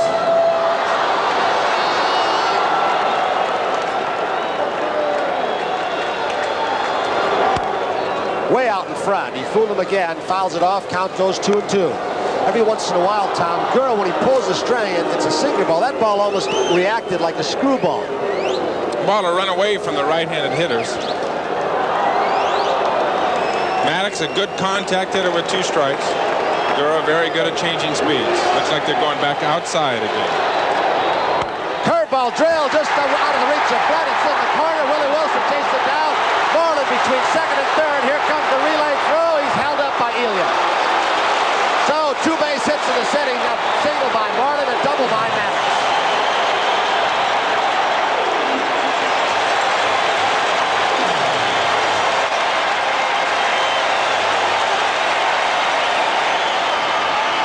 The ball was inside, and Maddox hit it right on that fat part. Willie Wilson got over there in good shape.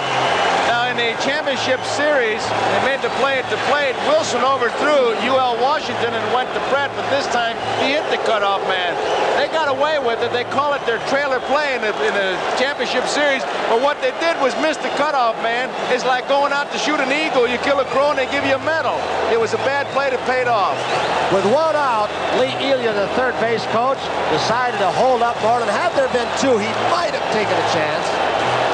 Now it's Manny Trio. Brett comes in tight at third, Aikens at first. UL Washington was about halfway with White. Now they're moving back.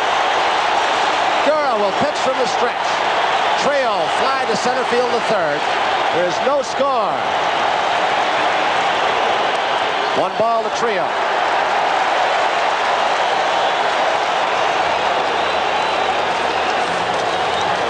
Up until the base hit by Moreland, this Philadelphia crowd has not had a whole lot to cheer about because Gura had shut off their water until that base hit. 1 ball, no strikes, 1 out. 2 men on, second and third for the Phillies. 2-0. There's the base runner, Moreland at third. Now Maddox at second. And you got to wonder with Trio, who bats in the number 5 spot for the Phillies at time, that Gura might, with first base open, pitch around him, make him hit a perfect pitch to pitch the ball. Boa, not the kind of guy you can double up too easily, but he doesn't hit the ball as hard to the outfield. 2-0. Fly ball, right center field. Jose Cardinal back to the warning track. Moreland will make it easily. The throw comes in as Moreland scores the first run of the ball game, and Maddox goes to third. Phillies lead 1-0.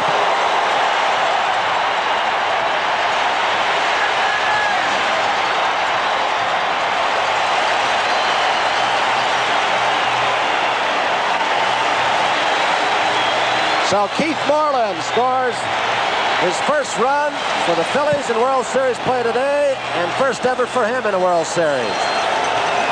So now Maddox is at third with 2 out. Boa is the hitter, and you've got to be careful. Brett knows it, and so does Aikens, even with 2 out, in case Boa tries to beat out a bunt. So they are tight at the corners.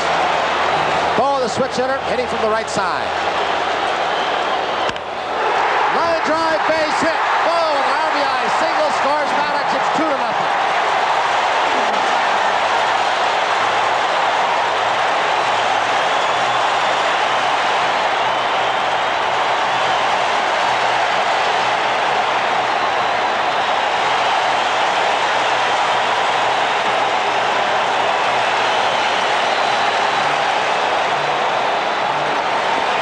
Jumps on a high fastball, or at least is right about belt high, which I guess you'd call a high fastball.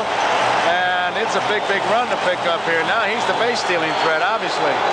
One thing that'll drive a manager and pitching coaches wild is how a pitcher can go through and get 12 easy outs and all of a sudden lose everything like that, Tony. But maybe not necessarily lose everything. He's gone through the Philly lineup once, and now they're seeing him for the second time.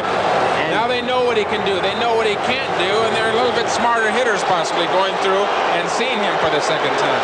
Boa with a good lead with 2 outs with Boone out. Ruben Amaro, who has seen that move of Gura several times. I believe he was talking to the umpire, first base umpire prior, about Gura's right foot going past the pitcher's rubber and then going to first base, which would be a balk.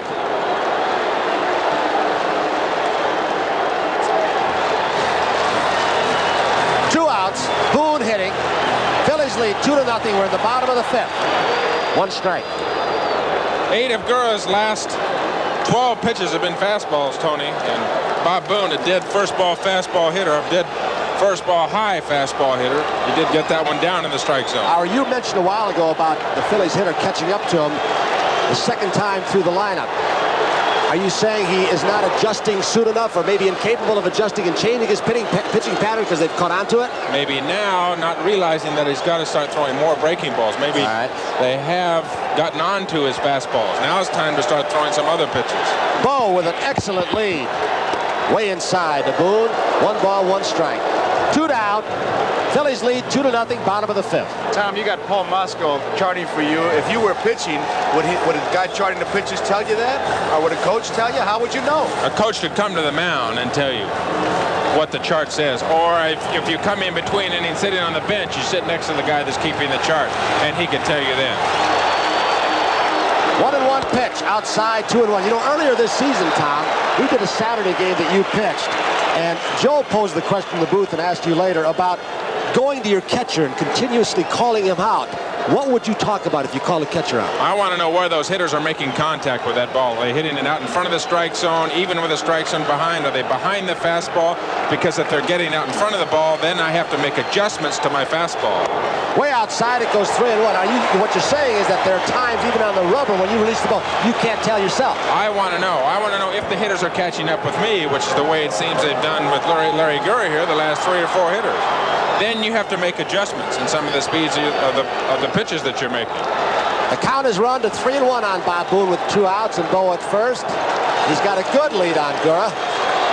He's not going. He walks it. So now runners are at first and second. And Lonnie Smith will step in. 9 fastballs in a row from Larry Gura. He was a little upset about that last pitch. He thought that was a strike. And he's getting a visit from Billy Connors, the first visit out of the Royal dugout tonight. You know, a few years ago, when I saw Billy Connors as a minor league pitching coach for the Mets, I saw the kids play a ball game, and he said he had seen you on television one day, and he said, I was to tell you when I saw you the next time about some mechanical flaw he picked up, and he said he called you. I get called from Billy very often during the year. There's Marty Patton, it looks like, in the Royal bullpen, the senior member of the Kansas City staff. Billy calls me about 3 or 4 times a year, lets me know what I'm doing right and what I'm doing wrong. All right. Called me quite a bit this year. You had a good finish. So, Billy Connors' trip to the mound is over. Bo is at second. Boone is at first. Lonnie Smith, the hitter. There are 2 outs. We're at the bottom of the 5th with the Phillies leading 2-0. Breaking ball for a strike. You don't think this game can change in a hurry as we look at Boa and Boone at the base runners, second and first. Retired 13 men in a row. He gets a visit from the pitching coach. Larry's close to being taken out of this game. 1 strike to Smith. Another breaking ball he's got, and he has gone to more breaking balls. Well, he called it right. Right after Billy had gone out to see him, he threw 8 fastballs in a row. Billy Connors goes out to see him and say, hey, you got more pitches than that fastball you're throwing. First 2 pitches to Smith, curveballs. Let's see if he shows him the fastball now and comes back with the breaking pitch. 0-2, 2 men on.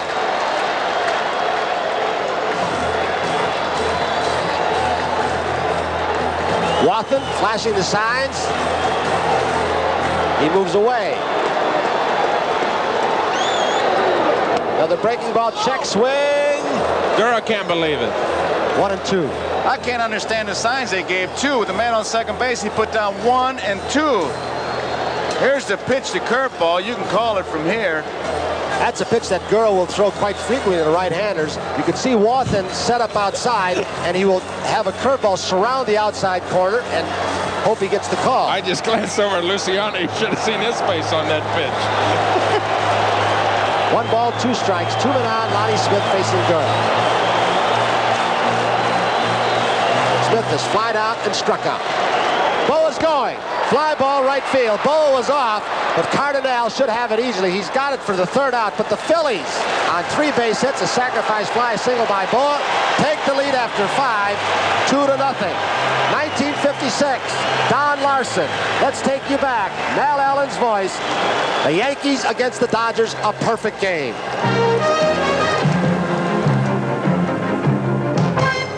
So far, Don Larson's not allowed a Dodger to reach base. Bill Hodges is the batter.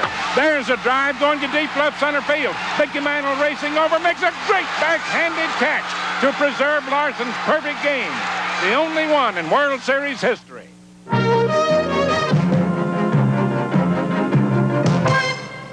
Minnesota's John Wathan, Willie Mays Aiken to face Steve Carlton. There's your score, 2-0, the Phillies lead. Carlton has allowed 6 hits. Phillies finally got to Gura in the bottom of the 5th. Otis is grounded out, and he's hit into a double play. The Royals have stranded 7 so far in this ball game. 2 double plays have helped Carlton out, and 6 strikeouts also. 1 strike to Otis.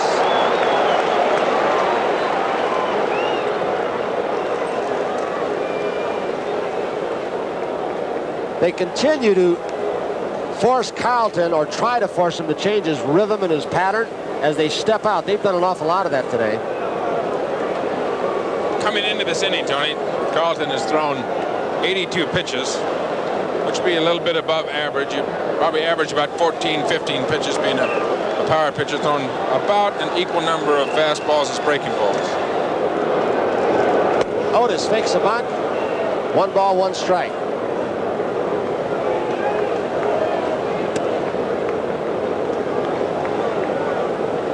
Look at this. Kunkel's going out to talk to him about something. I wonder if he's going to, maybe the cuts of the baseballs are in the same spot. Well, there have been a couple of pitches in this ball game that I question. Tom Seaver's knows they're just a moving fastball. You know what they're using, Tony? They're using a baseball, a World Series baseball, as opposed to a National League baseball that Carlton has been used to all year long. They're using the baseball that has 1980 World Series on it tonight. You mean the printing's going to bother him? Yeah. Come on now, you're not doing an operation. You guys are all against the pitches. Are you well, kidding? The National League and the American ball is identical. It's exactly the same. It's made in the same place, stitched in the same place, Haiti. It's not the same kind of hide. It's not the same. The coloring is different on there. National League is black and the American League is blue or green. I want to get this in as a catcher. Pitchers start out as kids with a taped up old baseball, then they get to the big leagues with a new ball, and you think they were brain surgeons. You know, wait a minute. Look at the hitter on the on-deck circuit. He's got pine tar, he's got rosin, he's got weights, he's got everything in the world over there. He's got a lower mound. Top of the Taking sixth. it all in their favor. 2 balls, 2 strikes on Otis. Phillies lead 2-0. Way inside 3-2. I'll bet if we had a chance to ask Ron Luciano, we probably will. He could tell you that pitchers have thrown balls out. He's put the same ball in his pocket, thrown it right back out, and given the guy the same ball, and he threw it. He didn't even know the difference.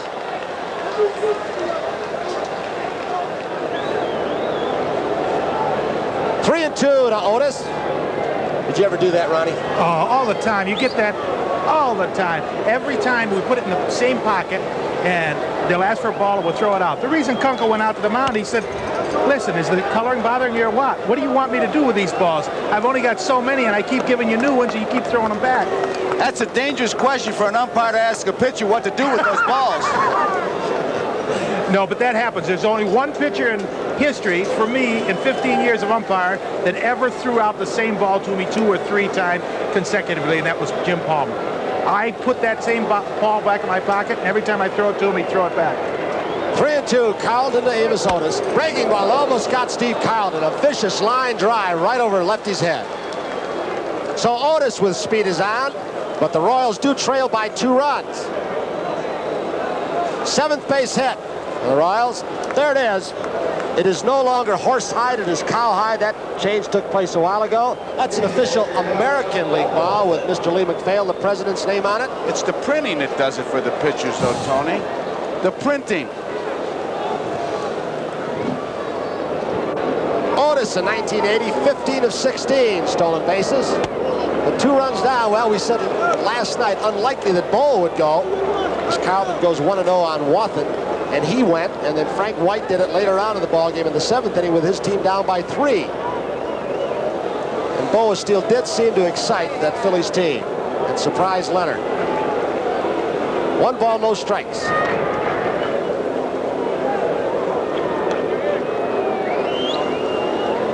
Wathan is popped out and flied out to right. No outs. Just missed. 2 balls, no strikes. Wathan looking at Gordy McKenzie at third.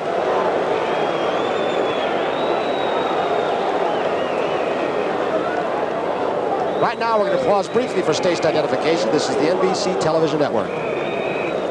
This is WNBC TV, New York. I don't know where those last 2 pitches missed, but they did. It's now 3-0. There's your score. Phillies 2, Royals nothing. Top of the 6th, no outs. Joe Garagiola, Tom Seaver, Tony Kubek. Game number 2 of the 1980 World Series. He walks Wathan, so once again, Carlton has 2 men on base. There are no outs.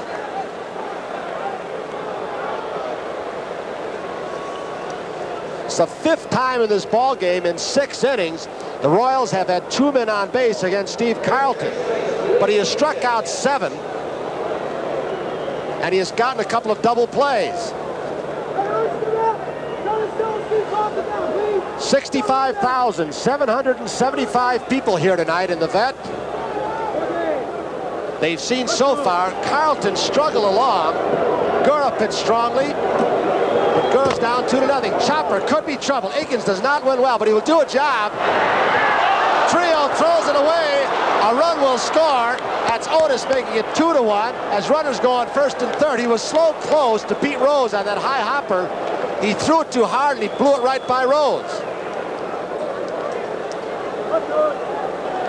Akins, of course, Tony, does not run well, and Trio got to the ball, made a pretty good play as the ball bounces very high, and he's right in front of him, and he would have gotten Akins had it been a good throw. But throws it right by Pete, costs him a run. He really gets up to get that ball. I'm not so sure he threw it so hard. Right through the webbing. Right, looked like he was just kind of side-arming it to Pete and just went right by him. That replay showed very well. Pete's glove was on the ball, but he got it on the end of the glove and it knocked it right back. The webbing did not break. But right now we've got runners at first and third, no outs. Jose Cardinal, he pops it up out of play. They have scored an error on the throw to Trio. Boone out now. Now coming back from behind home plate. But that is the kind of play. They've charged the error to Trio now, but after a ball game, the official scores can confer with the people involved, and they might change the decision. But right now it's an error for Trio. Way inside and into the dirt. Cardinal wants to look at the ball. Phil's 2, Kansas City 1. There's Wathan at third. Akins at first, not being held by Pete Rose. Akins been on base all 3 times today. A walk, a single, and now the error. Cardinal, he's struck out. He's into a double play. Trying to check. Tough curveball. 1 ball, 2 strikes. Carlton's had an outstanding breaking ball all night long, and another example of it. This is a situation where he wants a strikeout. First and third, nobody out. If he strikes Cardinal out, he can still get out of the inning with a double play and just 1 run given up. 1-2 pitch way outside, goes 2-2. Tom, that last replay from center field showed very vividly as we look at Wathan at third, Akins at first, the strain on the pitcher's arm and elbow. The way that thing was contorted and the speed that was built up. Check swing. Boone asks for the appeal. Home plate umpire Kunkel says, give me a sign. Paul Pryor says, He did not go far enough. So now it goes 3-2 with Akins on first and Wathan on third. Another example of the curveball you're talking about, Tony. Really gets up, really wraps it, and pulls hard. This is a situation Carlton definitely wants a strikeout. Cardinal didn't go around. Paul Pryor made the right call. Will Akins be going? He's not. Breaking ball chopped in front of the plate. Wathan's going to score, but it rolls foul. Wisely, Pete Rose and Carlton, 2 veterans, let it scoot foul. You never know, though. That could be a very good play the way it stands, but with no outs, if they get at least 1 out, the runner at first or second, which may have been impossible, but we'll see what happens. 3-2, no outs. Phil's 2, Kansas City 1. Again, that picture that we showed of Carlton from center field, it is no wonder when you see that. There's Wathan back to third, Akins at first, that you see all the scars on the elbows and shoulders of pitchers these days. Jose Cardinal with a 3-2 count. 2-1, the Phillies lead over Kansas City, but the Royals have something going with no outs, runners at the corners.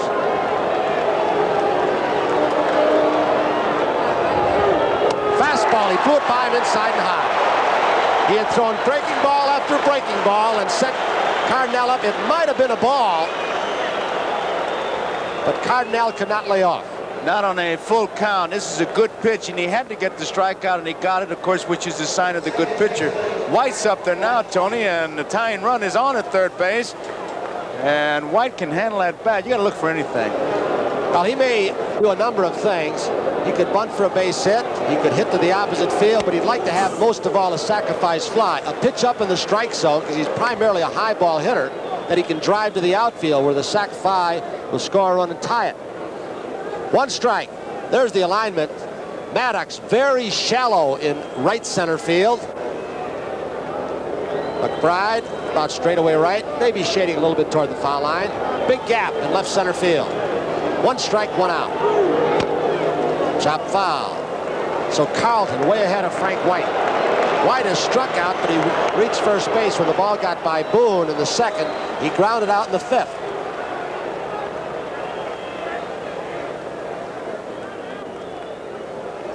put you on the spot, Tom. No balls, 2 strikes. He struck out Cardinale with a fastball after a breaking ball died. He's gone, what, 1 fastball, 1 curve to White. What do you think he's going? I think he wants a double play with a ground ball to the left side over there. I think he's going to go with the slider. He's gotten 2 in this ball game. He's got it again. Boa to Trio to Rose. So the 3rd double play for the Phillies. Carlton gives up a run, but it could have been a lot worse. So we'll go to the bottom of the 6th here in Philadelphia with a score. The Phillies 2, the Kansas City Royals 1. And here's that last play, the pitch you said he'd throw, Tom. Carlton did exactly what you have to do to get out of that situation. He struck out Cardinale and then gets the double play, leaves the tying run at third base. Excellent pitching by Steve Carlton. Phil's 2, Kansas City 1. There's the score. 2 up. Pete Rose, the number 2 hitter. Big McBride and Mike Schmidt.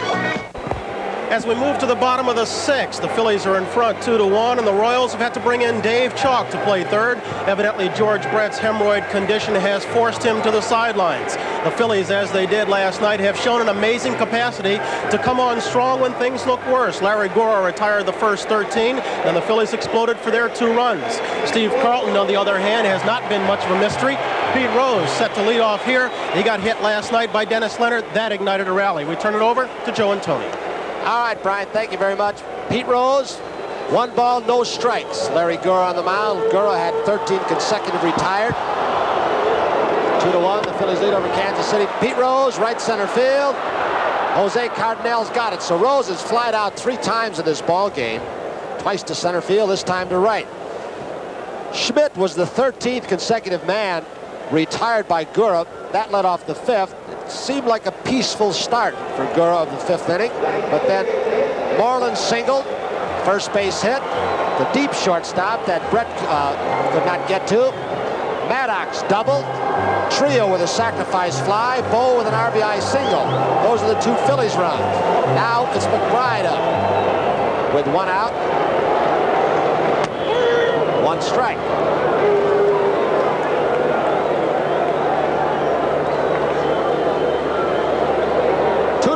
Phil's over Kansas City. 1 strike on McBride with 1 out. 1-1. Kansas City scored their only run. It could have been worse in the 6th with Otis singled, walk and walk, air by Trio. Cardinale struck out, White into a double play. Pulled a string on a breaking pitch. Goes 2 balls, 1 strike on Big McBride. Big McBride, from what we've seen him, and I know he's had some problems with his knees, and part of it due to this hard artificial surface. He doesn't butt a whole lot, does he? Tries to make contact, Tony, especially with that hard dirt out in front of home plate here in Philadelphia. Not a good bunter, just wants to get it in play and utilize his speed. 2 balls, 2 strikes to McBride. He'll show you spurts of power the way he did last night. You throw the ball down there where he can turn on it with that little bat. He can hit the ball out of this ballpark very easily. More of a contact hitter, though. 2-2. Count goes full to McBride with 1 out.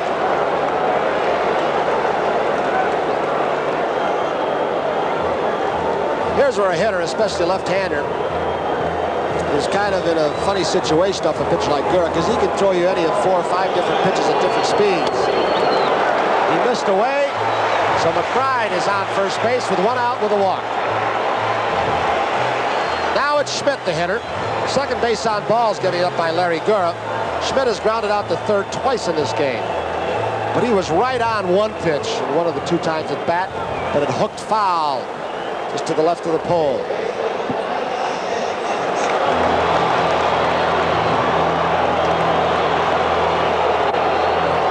Mike Schmidt, Major League's home run leader this year with 48.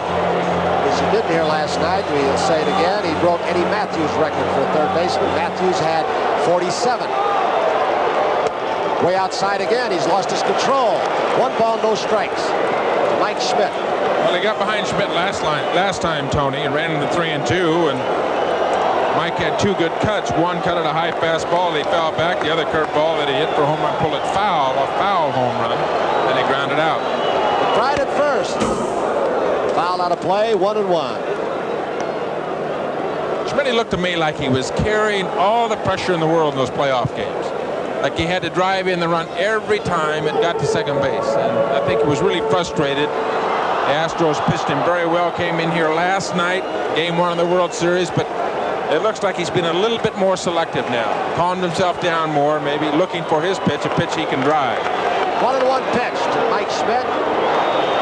You know, in those playoffs, though, even though Luzinski did not have a good year, hit just 19 home runs, because they tried so hard to pitch around Mike Schmidt, the Astros did, Luzinski had 2 game-winning RBI hits. Home run and a double to left field. Inside, 2-1.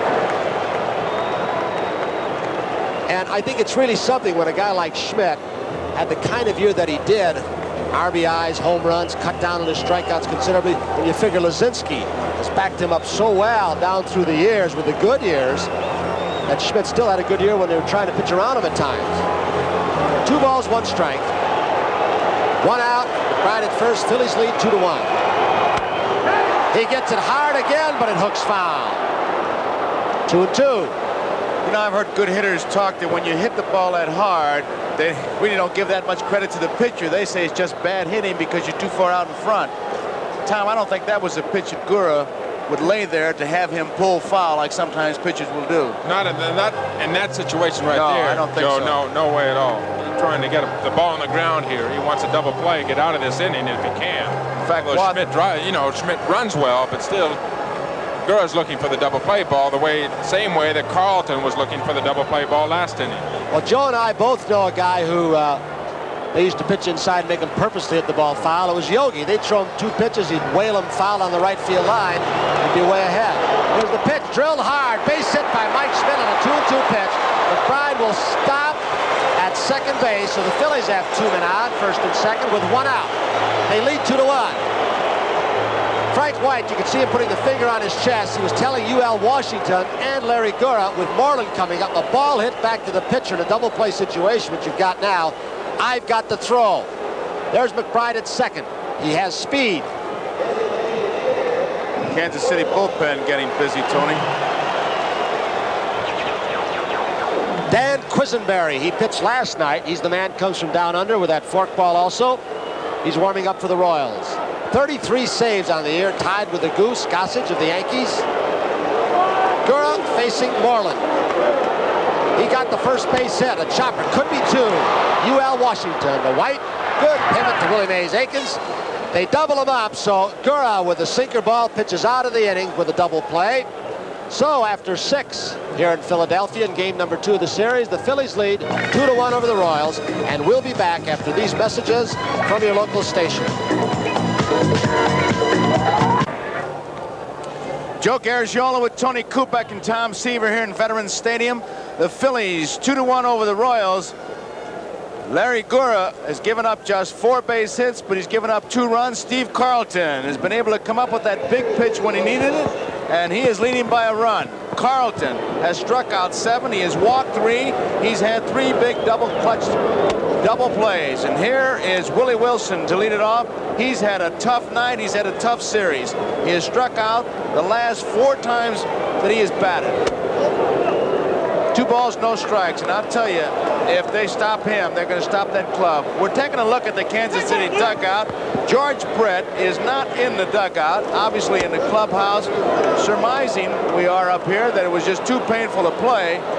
And if you're a Kansas City Royals fan, you have to think about that, because that fellow would not take himself out of a World Series game to begin with, especially a 2-1 ball game when his team is behind. 3-0, ball 4. Brett was on base all 3 times in this ball game, a walk and 2 base hits off Carlton. So the tying run is on now. UL Washington and Wilson, we don't have to tell you. The official report on Brett, by the way, report from the clubhouse, was just discomfort, which is another way of saying it just hurt too much to play. And you just have to believe that it did. Tough break for the Kansas City Royals, but much like the Houston Astros, when they got some bad breaks, they turned it around. Let's see if the Royals can do it. Wilson, who says, I just get a lead and I run. That's as simple as he makes it, and he's been pretty successful. They almost had him. Oh, they popped his shoestrings that time. He was really leaning. Jose Martinez is arguing once again about that leg kick, and that's the one where he tries to freeze the runner. The first time he's tried it tonight, where he paused, he hesitated a little bit longer. Here's Wilson being held by Rose. He got his feet tangled up. Many times a good base stealer will come in head first because it's much more quick. Pryor, the man calling the play, National League umpire. Watch the leg kick. That's a move he hadn't shown before. Certainly looks like he's ready to take off, Tony. No question about that. There's the strike. First time he's been on base here in the World Series. A good guess you're going to see him running somewhere.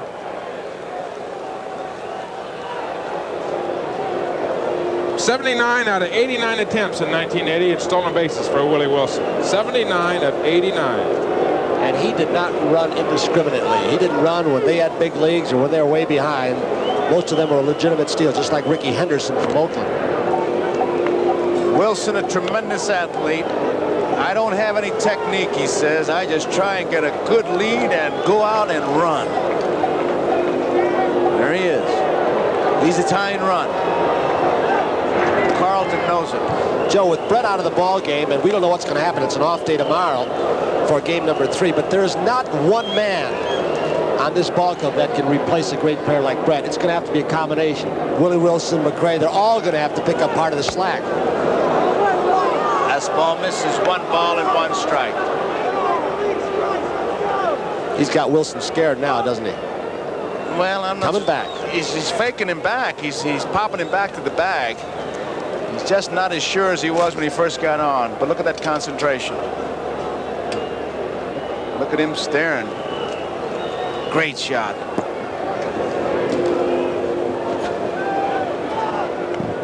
Different base runners watch different movements. Maury Wills, we had a shot of him. Brock, it was a rhythm thing. Count, flow. Bunted, back to Carlton. Carlton will have to go to first base. Trio just barely there, and they get him.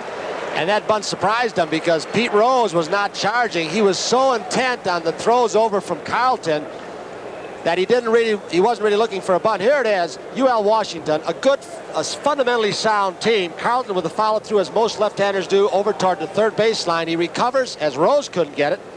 Trio barely gets over on time to get Washington. So now it's Dave Chalk who replaced George Brett, and what a difference it makes. Chalk hit .251 in the regular season. Hit 1 home run down the right field line. Foul territory, everybody chasing it. No one can get it. And if he had caught that, Willie Wilson was tagging up. He was going to third, and he might have rounded the bag and kept on going. He's that fast. Here's Rose in pursuit. All this time, as Rose finds the stands and the warning track, Willie Wilson is standing on second base. And had Rose caught that and did a tumble or hesitated, you might have seen Wilson try and score. There he goes. Safe. Willie Wilson just stole third. And he literally outran that ball a down and up slide. And now the tying run is on at third base. That's why they say he is a disruptive force. He not only breaks your concentration, he helps his own ball club by just making things happen. Look at that. Most pitchers don't care to try a pickoff move, as we watch Wilson again. A pickoff move towards second, especially a little bit later on in the ball game as he steals it easily, where they might throw the ball away into center field. Now the infield's forced to come in. It's high. 2 balls, 1 strike. Once again, Kansas City a chance to tie it up here. Carlton got a double play to end that 6th inning when they had a chance to tie it. Wilson is on. 1 man out. 2 balls, 1 strike to count. High, 3-1. This is the man he wants because the on-deck hitter is Hal McRae. Well, is the possibility of a squeeze play gone? Chalk is hitting in Brett's spot. It is always a possibility because Chalk is not that good a hitter. Walked him, and that's a bad piece of pitching, Tom. You know, he didn't have to face George Brett there, and you wondered if it went through Jim Fry's mind to put George Brett as a DH. Let him sit over there and not have to play defense with the discomfort that he is having. Just let him hit possibly not lose his bat. Well, the reason he didn't do it, because then he would have had to take McRae out of the lineup or put him defensively, which he did not want to do. McRae's had rotator cuff surgery. He doesn't throw well or move around that well anymore. Here's McRae, 2 base hits. Struck out in the 5th, 2 for 3. Line drive, foul. You know, some people, I'm sure, big Steve Carlton fans or whatever, are saying, well, it sets up to double play. But you're not about to set up to double play with the tie-breaking run and McRae in the batter's box.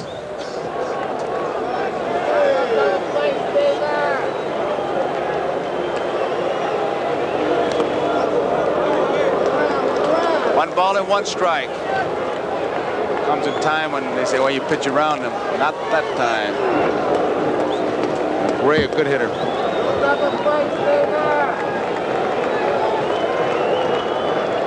Time run at 3rd, tiebreaker at 1st. 1 man out. Low curveball, 2 balls and 1 strike. We're in the 7th inning. There you see Willie Wilson. Chalk is at 1st. McRae, single in the 1st, single in the 3rd, struck out in the 5th. Off the handle, fouls it off. It's 2 balls and 2 strikes.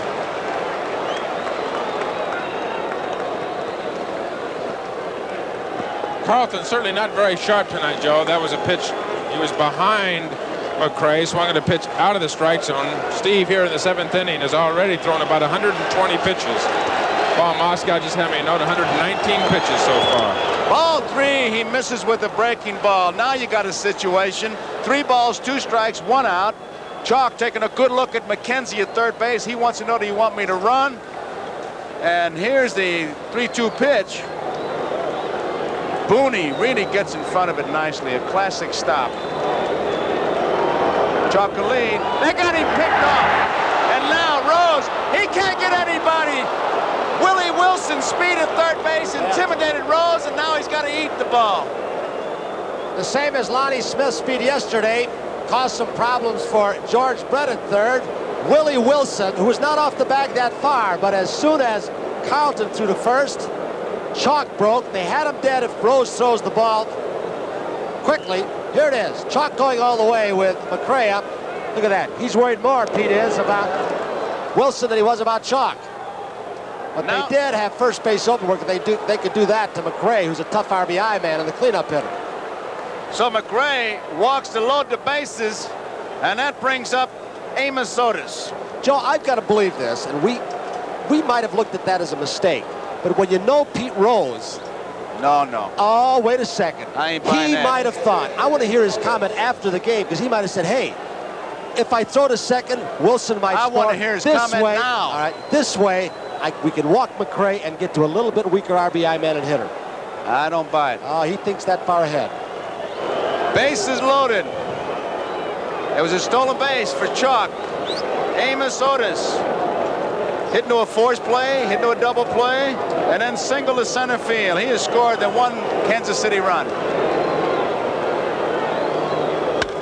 Hit deep to right field, but it's curving foul. Strike 1.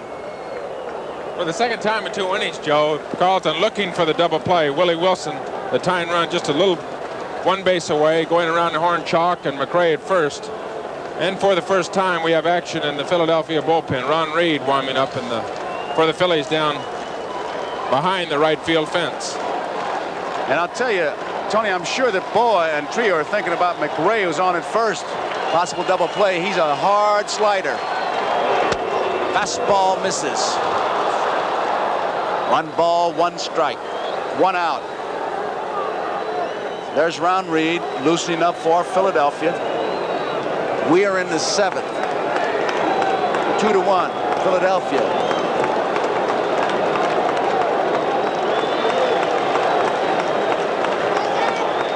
Time.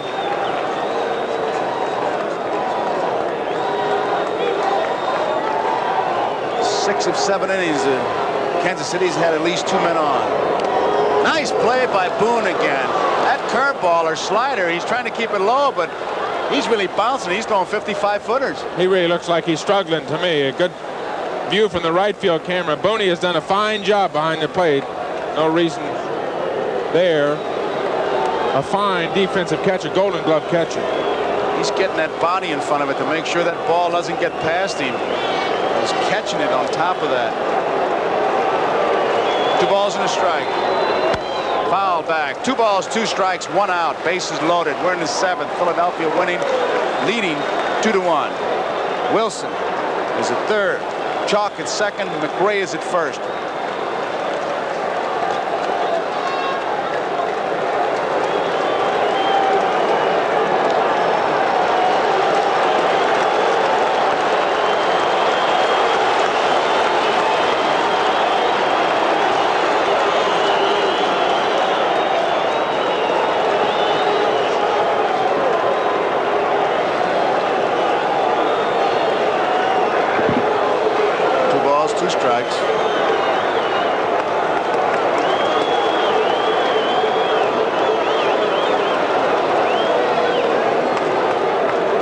Backing out. He's playing a game with Carlton.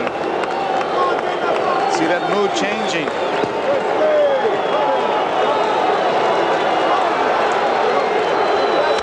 Line drive, base hit down the left field line. 1 run in. Here comes Chalk. 2 runs are in. Digging hard, McRae. They're going to hold him up at 3rd. He's going to have to dive back, and he does. Amos Otis. A double down the left field line. Here it is again. Breaking ball drilled hard. Schmidt with a dive, can't get it. Lonnie Smith with a relay throw to Boa. Offline over Trio's head. If Schmidt had eyes in the back of his head, he might have had McRae, who had rounded the bag too far. He was playing well off the line for the hitter Otis. See how much room he gave him down there, and the ball was hit hard down it. And Kansas City is taking the lead 3-2 here in the top of the 7th. Strike 1 on Wathan. Popped to the first baseman, flied to right and walked. Amos Otis drilled one past Schmidt, and McRae had ideas of scoring. McKenzie well up the line, stopped him. Joe, you had to wonder how long Carlton could keep going on and on, putting so many men on base before he got hit. Now, it's Dallas Green out to talk with Carlton. Well, as Tom and Paul Moscow have pointed out, Carlton's made a lot of pitches, but I think the tip-off, Tom, was the curveball, or the slider, the hard slider. He just lost control of it, and he was throwing a 55-footer. 128 pitches so far, That's a lot. Joe. And how many in a normal game? I would say normally between 120 and 135, right in that range. And here he's still only in the 7th inning. But a lot of low sliders that he was throwing. And the ball that Otis hit was a hanging curveball. He didn't get it down in the strike zone. It's either way down below the strike zone or up in the strike zone. He's been struggling all night long. Big boy pitched 304 innings. Done a fine job for the Phillies. Looks like Dallas Green's going to stay with him, too. Walks have sure hurt him this inning.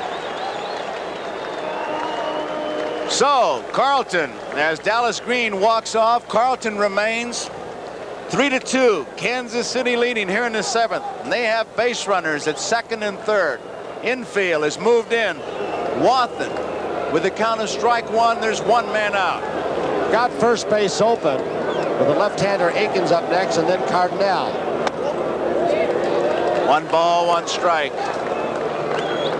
Wathan doing a good job of looking at the third base coach. If nothing else, that puts the thought of the squeeze play into the minds of the defense.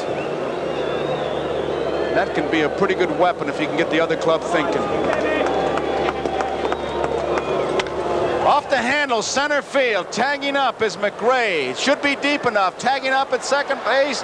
Here's a throw to the plate, and it is cut off. Rose should get him at 3rd. They got him hung up. Otis is hung up, and he is tagged out. Otis very wisely stopped and gotten a rundown so he would not be tagged out before the runner McRae crossed home plate.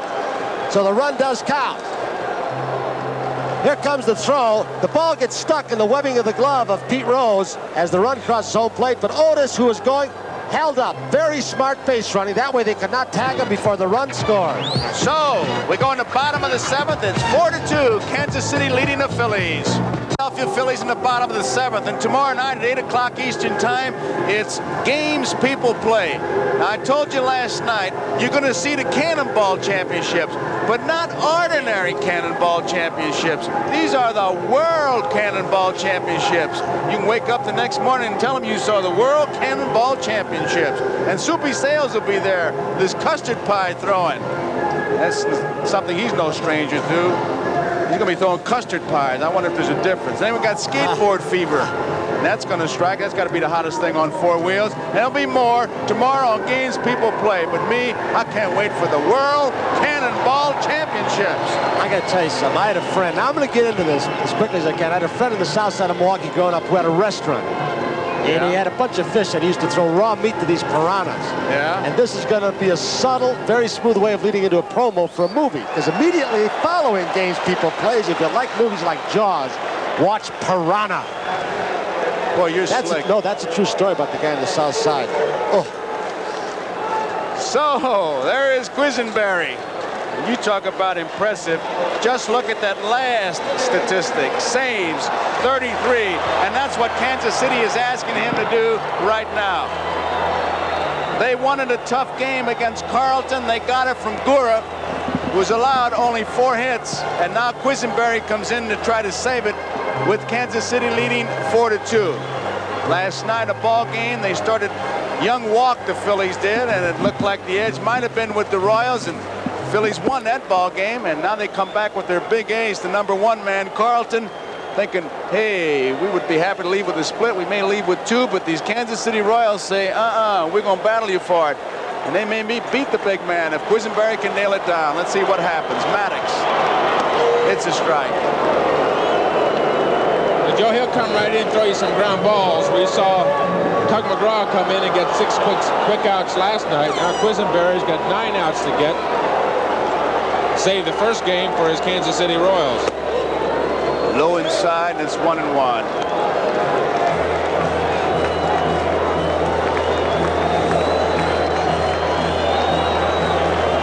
Tell you look at this series, it's going to be a dandy. It started out that way. There's a sinker, a strike. Ruthven against Rick Gale on Friday night should be a pretty good matchup.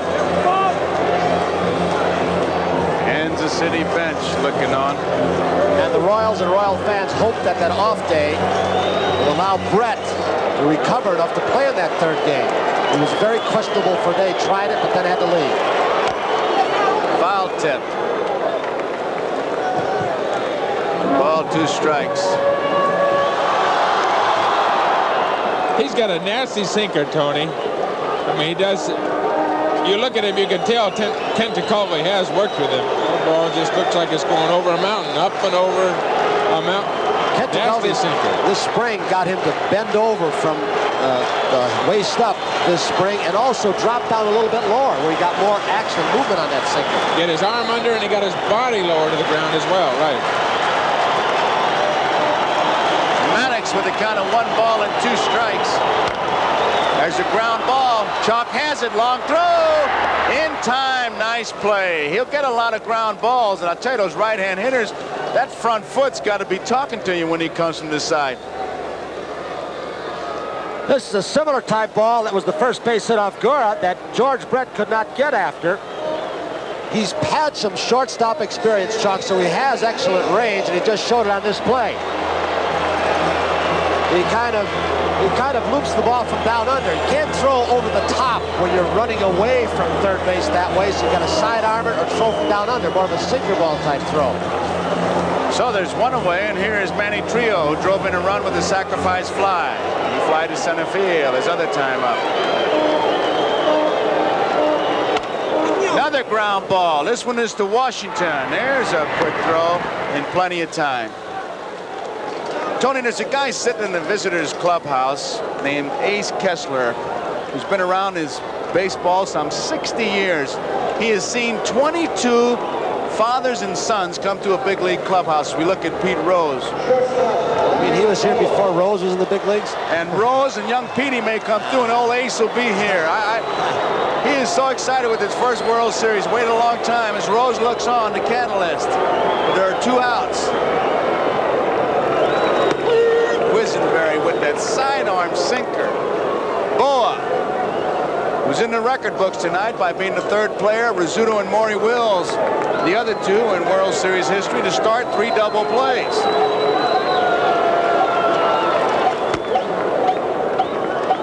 Steve Carlton looking on. He is trailing by 2. I bet he misses hitting the DH because he's a good hitter. Bouncing ball, Frank White. Easy inning, 3 ground balls. So Quisenberry came in and did what Fry wanted him to do, throw ground balls, 1, 2, 3. At the end of 7, it's Kansas City 4, Philadelphia 2, and 2 up. It'll be Willie Mays Aikens, Jose Cardinal, and Frank White. 65,775 here. 16 people less than last night. Why didn't those 16 people show up? They're missing a tremendous ball game. Larry Gura and now Quisenberry. Gura gave up just 4 hits, but he was really battling, but these Royals came back to take the lead. And here's Willie Mays Aikens against Carlton.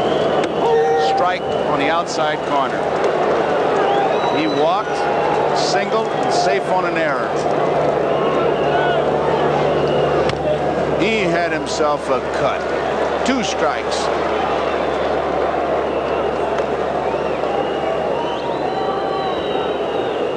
Aikens takes as big a cut as anybody in the National League. The first time I've seen him in the last 2 days, other than on television, when you saw him in the playoffs, and he lets that lumber go, doesn't he, Tony? He's a pretty heavy bat. He's up around 37 ounces. I wonder if he kept that same bat against Carlton with that good breaking stuff. 1 ball and 2 strikes to count. Low curveball all the way back. Rooney, with no one on, just kind of flagged it, which was smart. 2 balls and 2 strikes. Willie Mays Aikens, born during the World Series, the year of the catch, they call it. Now they're going to check the line again and visit a while.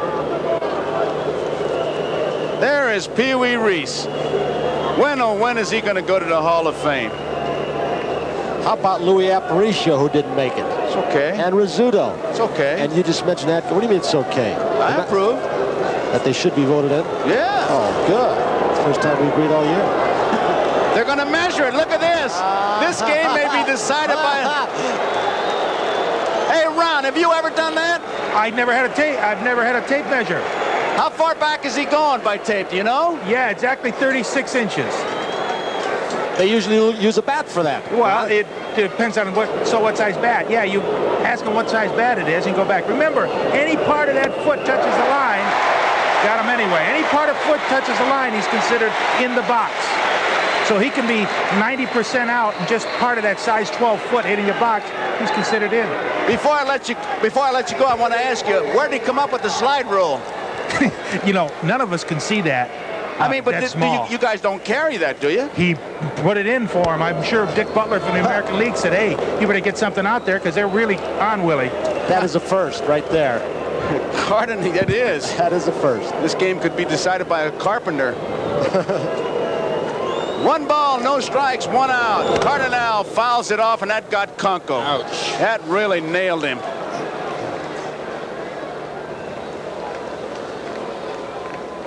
He's got that big balloon protector, but that goes off the mask. Oh, Jocko Conlon used to wear that thing. I think if I was an umpire, I'd wear it. But look at that, right off the mat. Boy, that'll just, if you got cavities or fillings, they're coming out. Boom, look at that mask move. Out of play. That hurts too. Don't think it doesn't. Ron, a real quick answer. I know what it feels like. What does it feel like to that head of yours? It just rings. I'll tell you, you can't see anything, and you go by instinct after that. The ringing in the ear is what it hurts. But the trainer, I heard tell an umpire when he said that, don't answer the phone. Just let it ring. 1 and 2. 2 and 2. That got me kicked out of a game. That flip remark like that.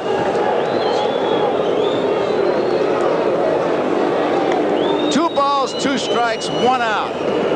Kansas City leading 4-2. We're in the 8th. Ruthven against Gale.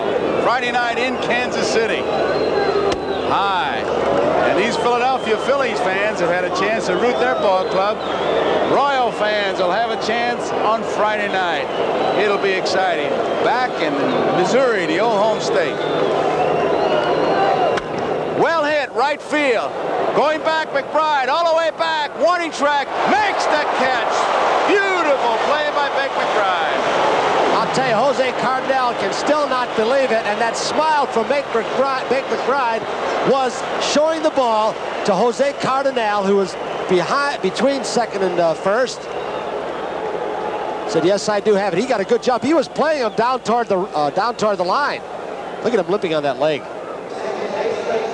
Some catch, I'll tell you. He made a good one last night, along with Maddox's play.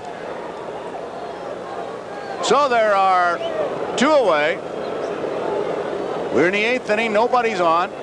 4-2, Kansas City leading.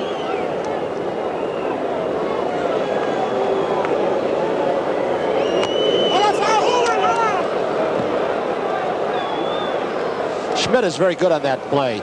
He was playing just behind the bag, but one of the first things he looks for, as most third basemen, that right hand on a right-hand hitter. When it starts sliding up, they make some unusual movement with that right hand, separating those hands. He began charging on White.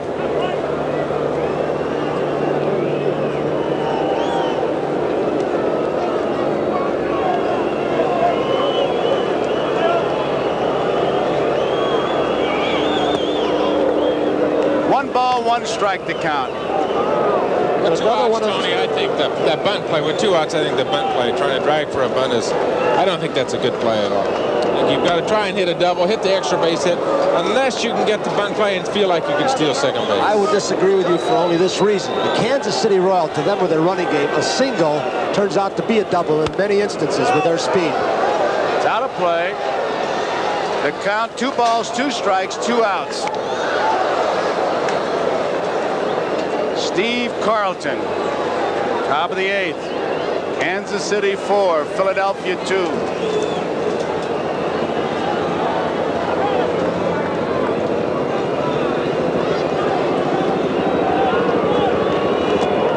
Low, 3-2 the count, 2 outs.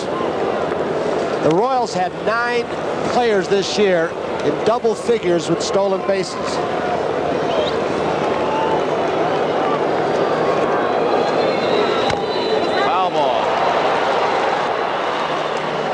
Count remains at 3-2.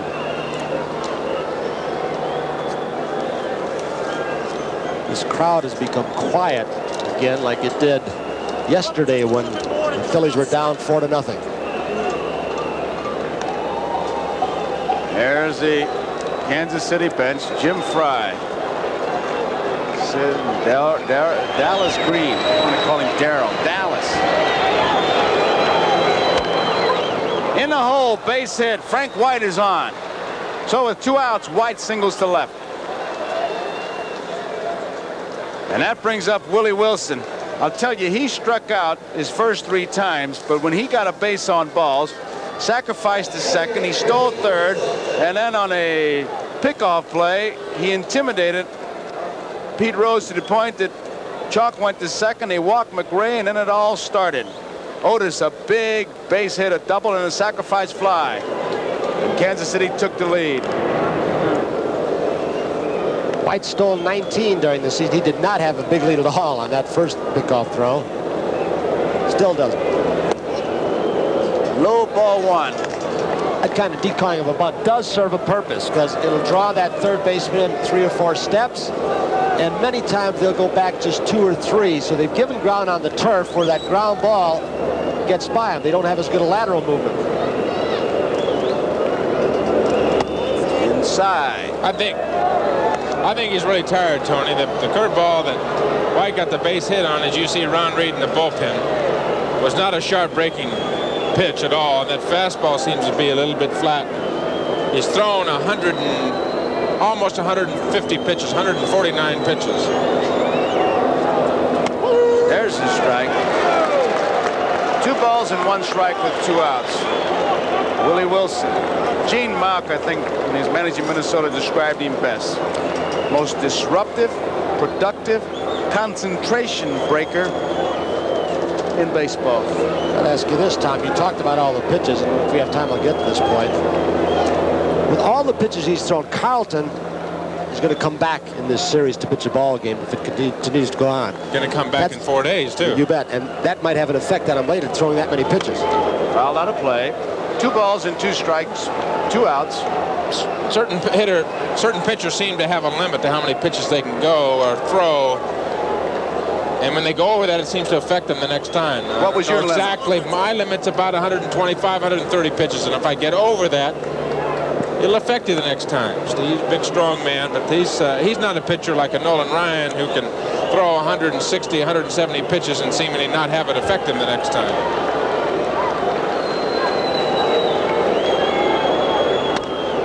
Right to Rose, off his glove. Willie Wilson is on at first base. He's got himself a base hit.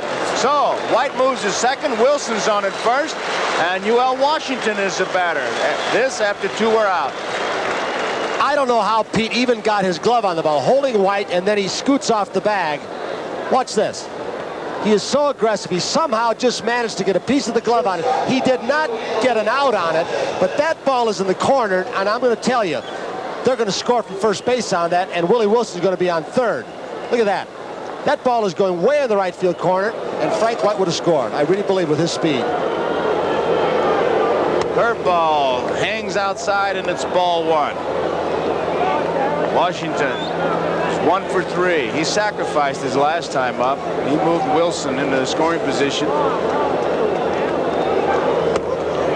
Curveball. That was a lollipop, Tom. You're looking at a tired pitcher right now, and a tired pitcher makes mistakes, Joe. No question about it. Why wouldn't he tell the manager?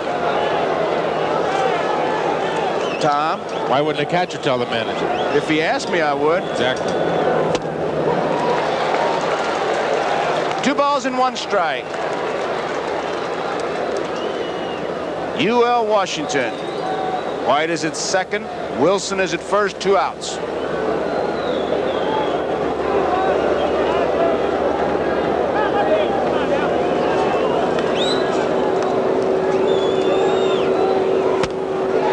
He had good stuff on that one. 2 balls, 2 strikes.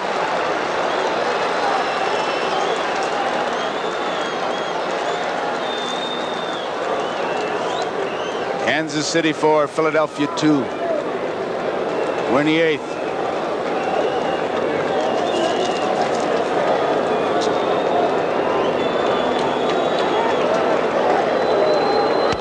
Foul out of play. He did not have a good swing at that one. Thrown 158 pitches, Joe, and the last 3 pitches are probably 3 of the best that he's thrown in the last couple of innings. Sometimes that'll happen to a pitcher. Get that front leg up just a little bit more, take a little bit more time to deliver the ball. Get a second win, so they say. 2 balls and 2 strikes.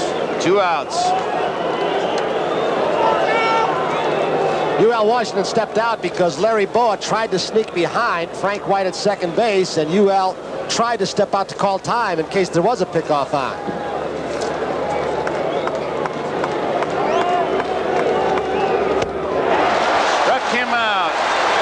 Washington is out on strikes. That ends the inning.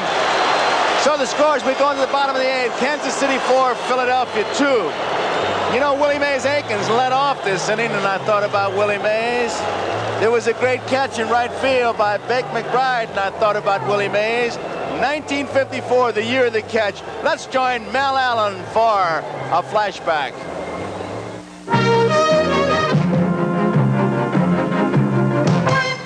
Don Little on the mound for the Giants. The score tied 2-2, 2 men on.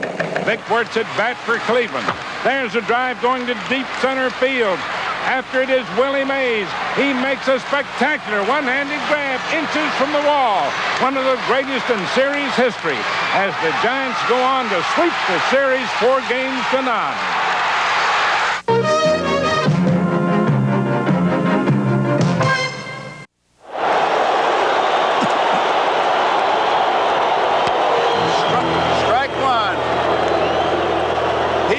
Is the new first baseman.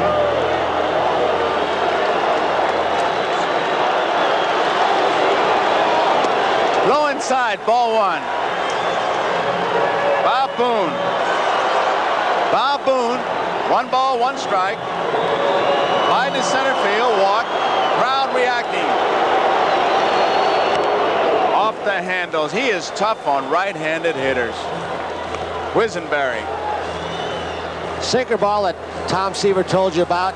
He throws a slider from down under, but it's not the kind of slider that you can get on top of, obviously. It is mostly a flat slider. He does not try to throw it against left-handed hitters, more to right. He uses that fork ball more often against left-handed hitters. You've got to hit your way on with him, Tom. He doesn't walk too many. His out pitch, definitely that underhand fastball, though. That good sinker he's going to. Misses, low and inside. 2 balls and 2 strikes. We're in the bottom half of the 8th inning. Kansas City leading by the score of 4-2. Nobody on, nobody out. Bob Boone, 2 balls, 2 strikes to count. Quisenberry in relief. Another bouncing ball. I tell you, when he pitches, those grub warrens just can't sleep around home plate. He just beats everything down. You know, he got 3 ground balls in the 7th inning, and not one of those on their first bounce got out as far as the artificial surface. They all hit in the dirt. A little circle right in front of home plate. His ball is really sinking.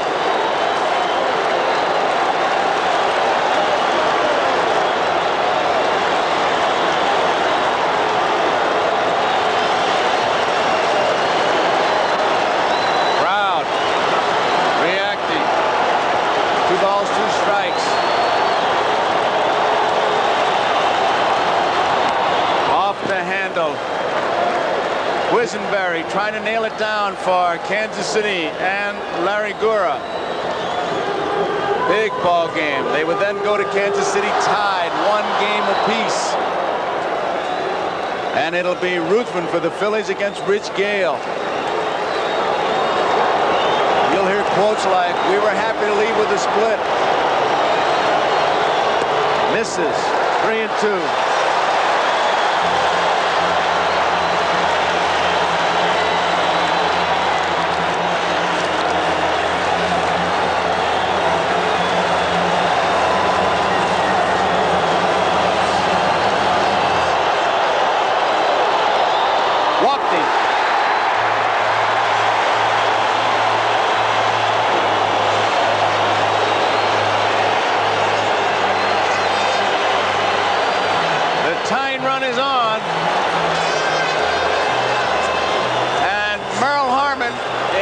Report on George Brett. Let's go to Merle. All right, Joe, the report is that George had suffered a great deal of discomfort as a result of the hemorrhoids. The trainers were working on him. Jim Fry took him out of the game. He did not take himself out. At this stage, we don't know if George will be playing Friday night or not. Possibly more news on that at the end of the ball game. Joe? Okay, Merle. The roar for Dale Unser, who was the big hero in that championship series. His father, a former major leaguer, is here watching the game. And I'm sure all of Decatur, Illinois is watching it. And this is the test for Quisenberry right now, because he'll face Unser, Rose, and McBride, 3 left-handed hitters. This Rose, a switch hitter. And left-handers give him a little bit more trouble.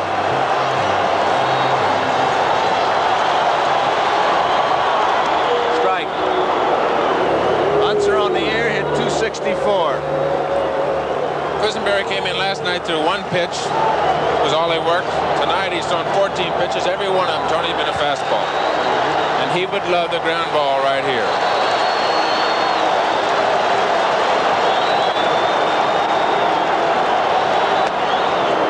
One ball, 1 strike. Including the championship series, Unser hitting at 317. 1 for 3 in the playoffs as a pinch hitter. Left center field, another base hit. Bob Boone digging hard all the way to the wall. They're going to send him in. It'll be 4-3. Listen to the crowd.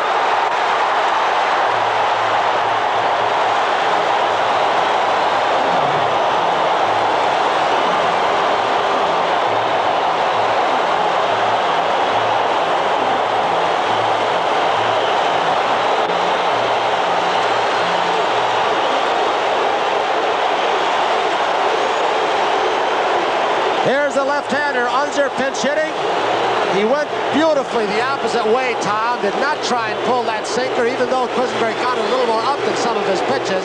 Otis relayed, and as the runner Boone is scoring all the way from first. UL Washington decides not to go anywhere. Holds the ball, but it's an RBI double. Jimmy Fry out now.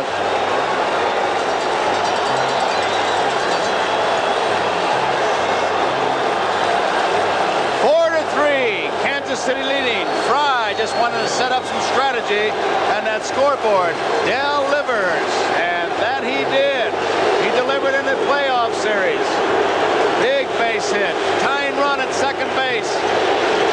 Now Pete Rose wants to pull the ball to the right side, get under into third. Pete might even try and drag a bunt. There's Fry retreating to the dugout, but Pete's got to get him over. First and third, they're in tight.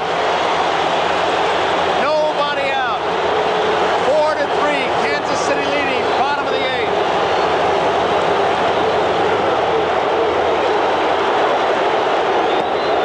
Oh.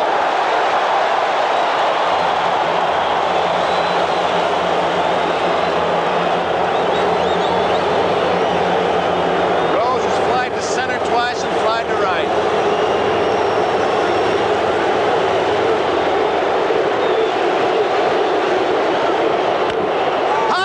Lecoq makes the play at first base, and just as Tony said, Unser moves to third on the bouncing ball. The old pro shows how to move a man. He just tried to get that head of the bat out in front. Lecoq was playing very shallow in case Pete tried to bunt. Quisenberry over as is White, but Rose does the job. Interesting there, Tony. You look at him as he crossed the bag. He's looking back over his shoulder to see if the runner's at third base. That's really the only thing Pete cared about there. For a minute, it looked like that ball was going to bounce over Lecoq's head. Trying to do his job, almost got a base hit out of it. So there's one out. Unser, the tying run is at third, and Beck McBride is the batter. He's 0 for 2. One of the interesting stats about Quisenberry this year for the Royals, he entered 38 games when the Royals were ahead, and he kept it that way in every one but 2 games. See if he can do it here. High chopper, base hit.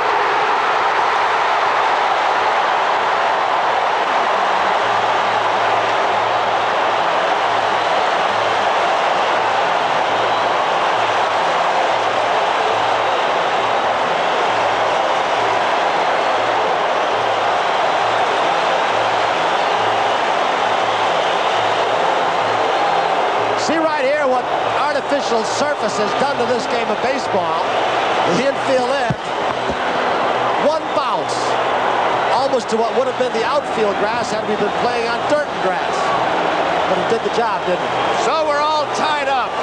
Well, it's like Richie Allen said. I said it before the game. He doesn't like to play on grass a horse can't eat. And for the Philly fans, they love it. It's all tied up. Here is Mike Schmidt. Called by Paul Pryor.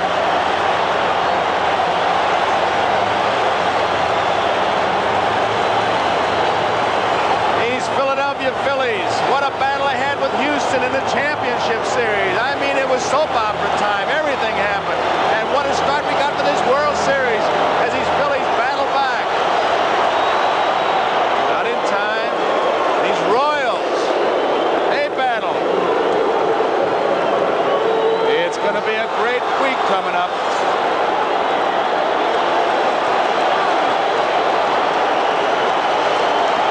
One out. Right field, deep. Cardinal going back. That's going to be off the wall. It is. Beck McBride digging hard. They're going to try to score him. Here's the throw. Not in time.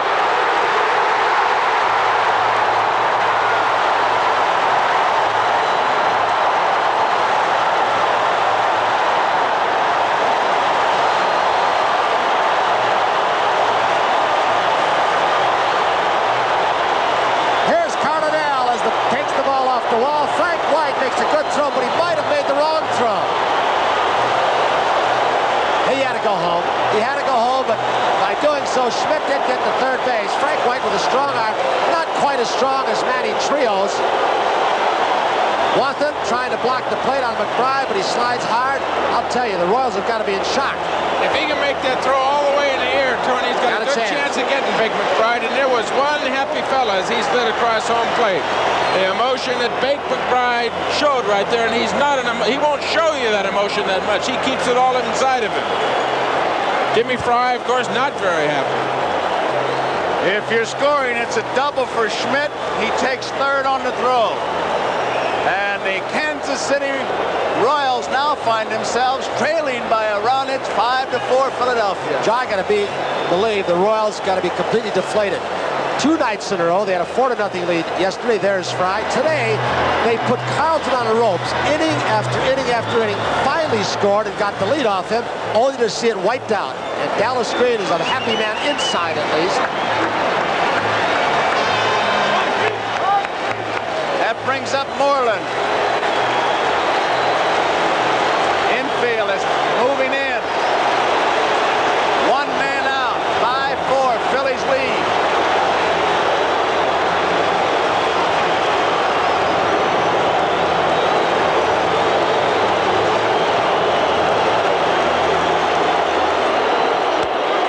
Foul ball. Tell you, this championship series in this. Tomorrow night we get to watch games people playing the Cannonball Championships. And then we'll watch Piranha, just for a little breather here. Because these two teams have put on quite an exhibition. And we're going to watch Kansas City on an off day after the 2 teams work out, prepare for Friday's game in KC. Base hit. 6-4.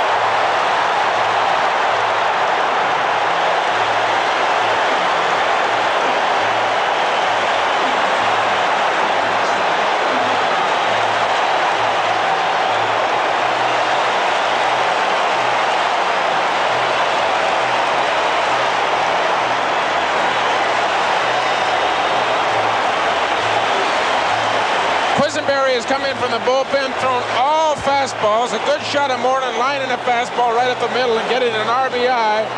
And there's another young, happy fella. Another important thing, Tony, that's happened in this inning. Mike Schmidt has been heard from. That may take a lot of pressure off of his shoulders. He's hit an extra base hit, driven in a big run. It may take a lot of pressure off his back. And Greg Gross is coming in as a pinch hitter for Maddox. It's 6-4 Philadelphia. It's a strike. Quisenberry, the ace reliever for Kansas City. There you see Gross. This is an unusual move, I think, because you're removing your best defensive outfielder when you've got a 2-run lead. That's Maddox. And I know you've got a lefty versus a righty here offensively. But I don't know if that's the important thing right now. Had your lead. Perhaps he left because he was hurt, pounding that ball off his instep. Maddox. Could be. Try to get a report. 1 ball, 1 strike, 1 out. Moreland at first. Gross, the batter. Inside. 2 balls and 1 strike. I'll tell you, the added pressure that is put on this Kansas City team if they can't come back, as we see the 2 managers, the fact that we mentioned Carlton, they almost had him beat. There is Ken Brett, the brother of George. He's been in the World Series play before with the Red Sox. But the fact that Phillies are doing it against their best reliever. High chopper pull foul. Ruben Amaro at first base gets a few All-Star game votes by flipping the ball in the stands. 2 balls, 2 strikes, 1 out. Phillies come roaring back here against the ace reliever. Quisenberry. Jim Fry going a long way with it. Bouncing ball. Washington 1, White 2, double play. That ends the inning, but a good inning for the Phillies. And listen to these fans. It's 6-4 at the end of 8. So, in the 9th inning for the Kansas City Royals, they trail by 2, 6-4. Fans are still alive. 2 up will be Dave Chalk, Al McRae, and Amos Otis. Top of the 9th inning, Philadelphia leading 6-4, and Greg Gross goes into play left field. Del Unser, who got a big double, is in center field. And the new pitcher is Ron Reed. So Steve Carlton leaves after 8 innings.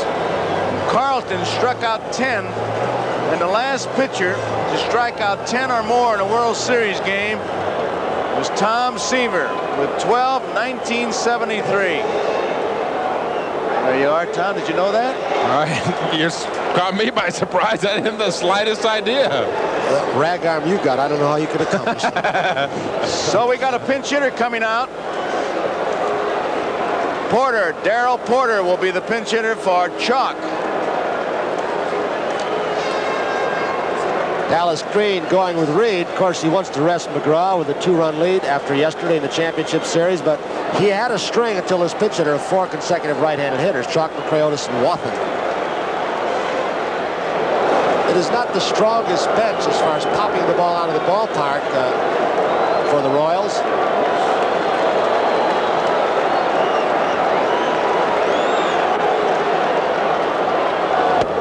Fastball is high. 1 ball, no strikes. Well, there'll be all kinds of things about it. Did you lose the first 2? How many teams have done this and done that? I can go back to the last time we did a World Series. What happened? There's a strike. The Yankees and the Dodgers, and the Yankees lost the first 2, came back and won the series. Tom Lasorda, who's sitting right down there, will remember it. Porter 0 for 2 in the ball game yesterday, but he did walk twice. Misses.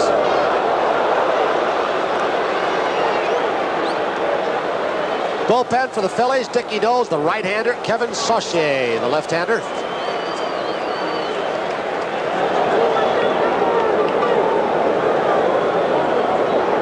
There goes Marlin. Normally a catcher. He's been DH, and he's going down to help out. The fire starts. He wants to get the blankets. Off the handle, out of play. 2 balls, 2 strikes.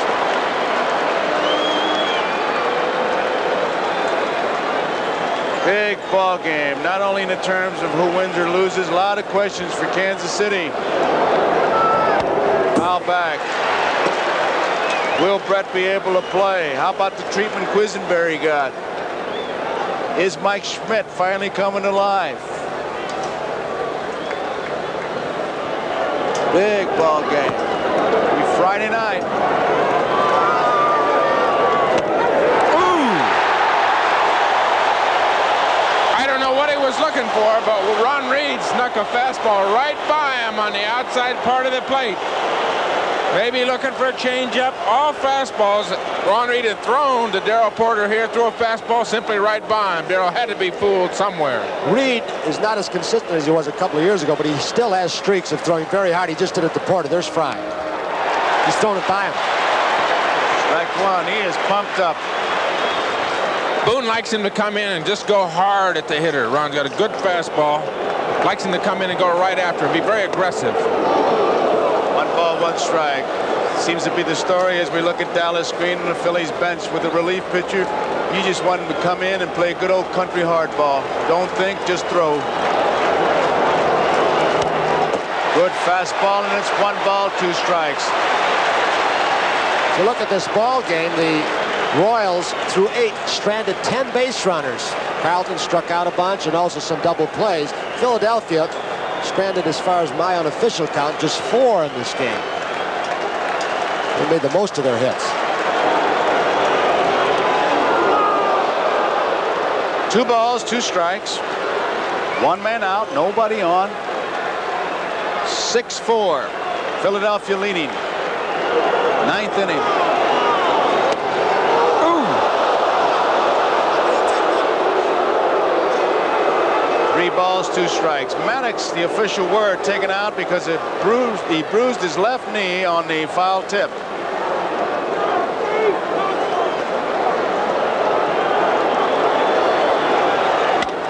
Chopper up the middle into center field. So the tying run is at the plate.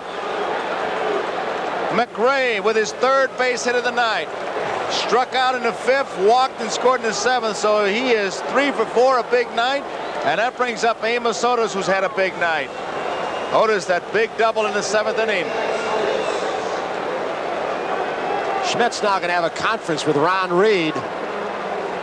You know, McRae just showed you a pretty good piece of hitting because all he was trying to do, he puts the ball in play, which is so important in artificial surface. He was just protecting the plate. He had a bad pitch, and yet he got the single on the turf. Otis, who is 5 for 9 in this World Series with 1 home run and 4 RBIs against Ron Reed. 1 man out. 9th inning.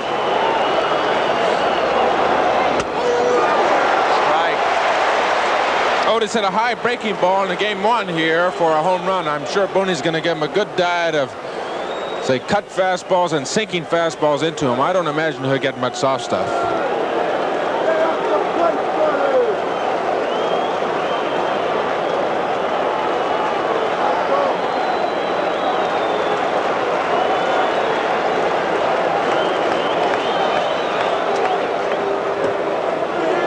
Tip-off under concentration by Reed. Otis had backed out in plenty of time, but he was thinking so much of what he was going to do and where, he just almost threw it. McRae's at first base. 1 out, tying run at the plate. 6-4 is the score. We're in 9th.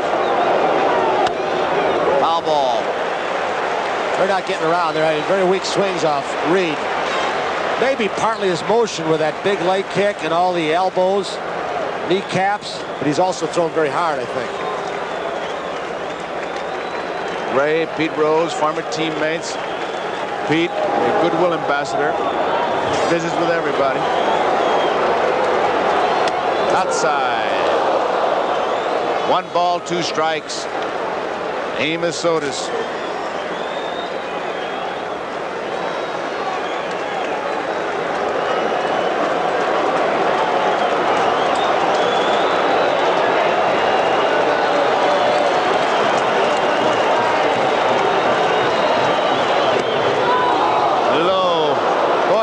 Classic example, as Booney gave the sign, he motioned inside, he gave the target outside, and then moved back in. But how Otis could take that pitch, I don't know. Great eye, I guess. Just lucky. 2-2. Foul ball out of play. He's battling. He's battling.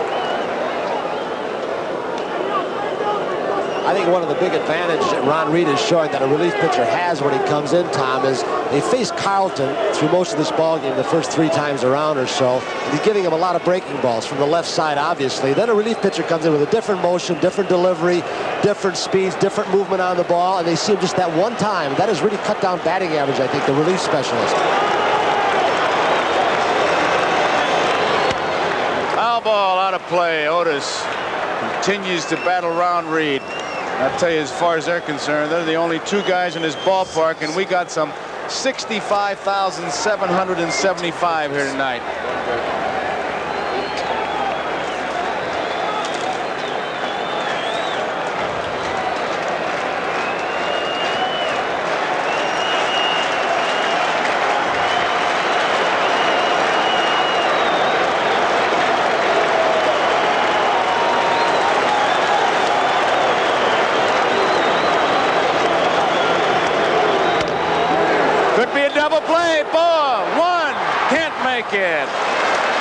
That would have been a big double play for a lot of reasons. Tell you who Trio heard coming. The man we talked about earlier who learned this game from Pete Rose. Hal McRae. Routine flip. Trio's going to get out of the way.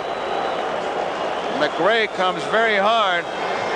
Been 6 double plays in this game. That ties the record. 4 by the Phillies ties the record. That double play, if they'd have been able to make it, would have broken a couple records, but Trio said, I'm going to get out of here before I get broken.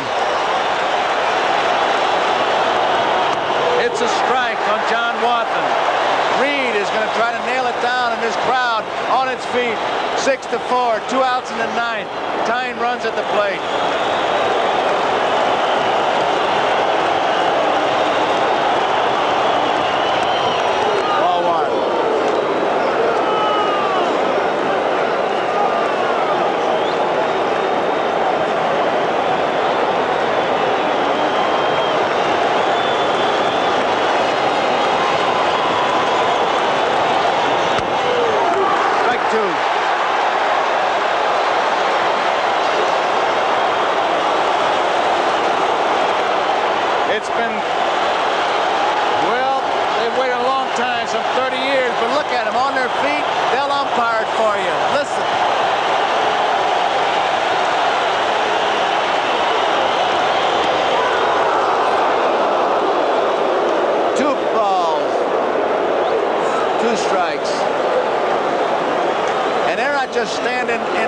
reserve seats as we look at the Phillies bench. They're in the upper decks all over. Look at that Phillies bench.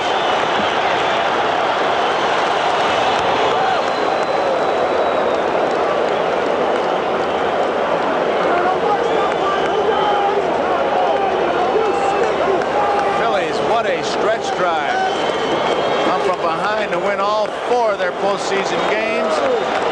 Came from behind in this one. 1 pitch away.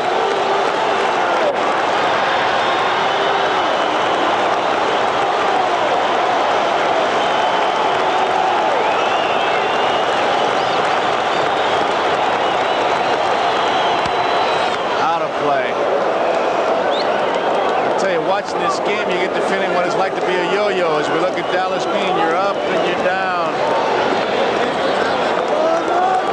Reed. 2 balls, 2 strikes, 2 outs. 9th inning.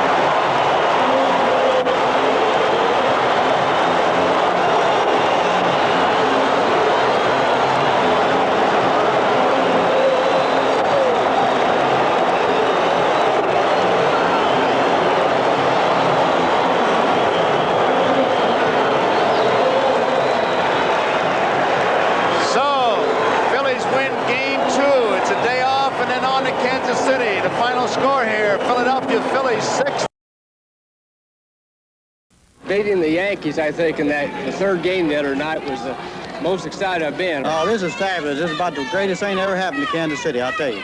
George Brett against Rich Gossage. 2 down. Wilson at second. Washington at first. Fastball. Drilled to right field. Back it goes. It's gone. George Brett has just hit a towering 3-run homer. The Royals lead the Yankees 4-2. And now they're just 9 outs away from their first American League pennant. Dan Quisenberry is being mobbed by his teammates. After coming so close so many times, the World Series will be coming to Kansas City. No question about it. They were going to beat Houston all of it. They just wanted to make it to the last minute to make it like drag it out and make it look really good. This actually is bigger for us, I think, than the bicentennial, Gary Maddox stands in. Unser at third. 2 outs, top of the 10th. LaCourte's pitch. Maddox swings, line drive, center field. Gould can't get it. Unser scores and the Phillies lead 8-7. Unbelievable. This team just won't quit. The Phils have come from behind again. The Phillies have done it. It took 30 years and 5 murderous games with Houston, but finally the Phils are going to the World Series. I've been waiting 30 years for this, and 4 in a row, I guarantee it. We've waited a long time, but it's worth the wait. Sure, it's been worth the wait. There's no doubt about that.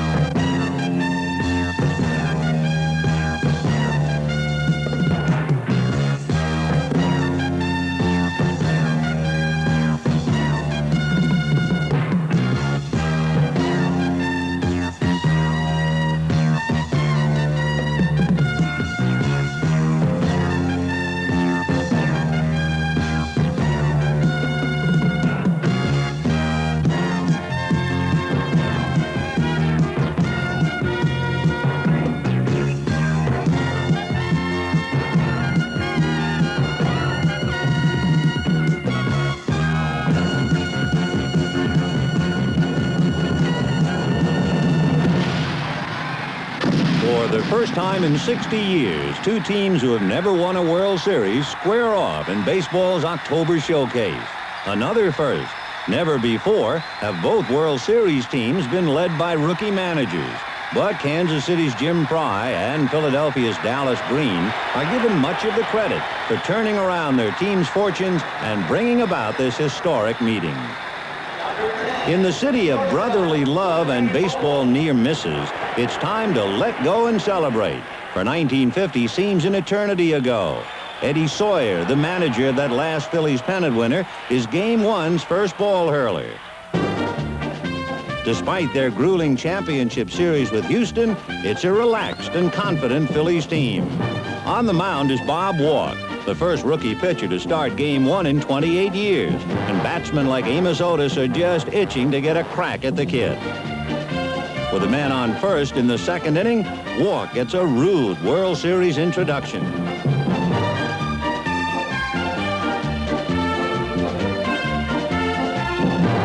It's 2-0, and Amos Otis becomes the 16th player to homer in his first World Series at-bat. In the third, Willie Aikens, another debut performer, celebrates his 26th birthday.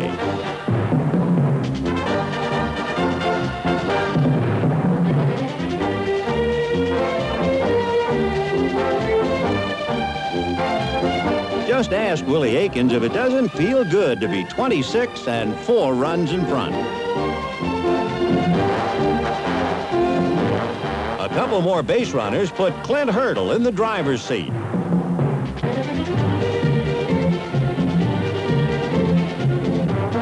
Hurdle's single sends a call for arms to rookie outfielder Lonnie Smith.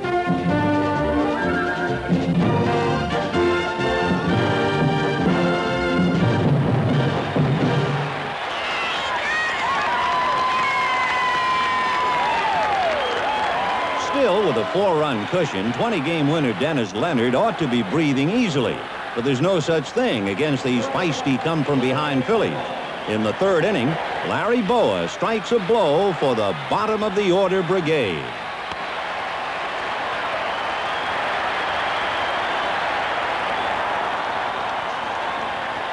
With this team, a rally can start here just as well as at the top of the order.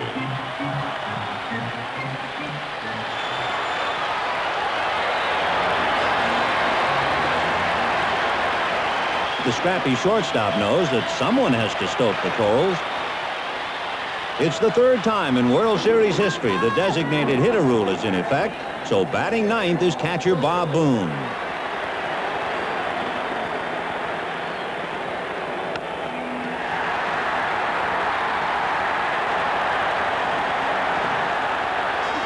The DH rule backfires on its American League founders as the Phillies' 8th and 9th batters produce their first World Series run. At the top of the order, Lonnie Smith gets another run home. And now it's Pete Rose who'll do just about anything to get on base.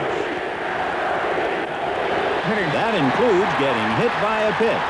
And Rose, one of only 3 Phils who knows the World Series road, has Veterans Stadium alive. The Royals' once comfortable lead is now in danger. The potential tying runs are on for Bake McBride, who's batting cleanup despite having hit only 9 home runs the entire season.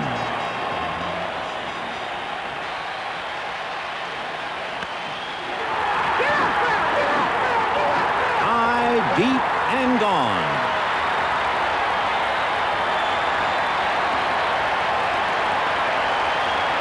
McBride's 3-run homer puts the finishing touches on a 5-run third, and the Phillies, who came from behind in all 3 championship series victories, have catapulted into the lead. 2 more runs extend the Phillies' lead to 7-4, and the insurance tallies help Bob Walk settle down in the middle innings. But with a runner on in the 8th and nobody out, the massive frame of Willie Aikens is an ominous presence.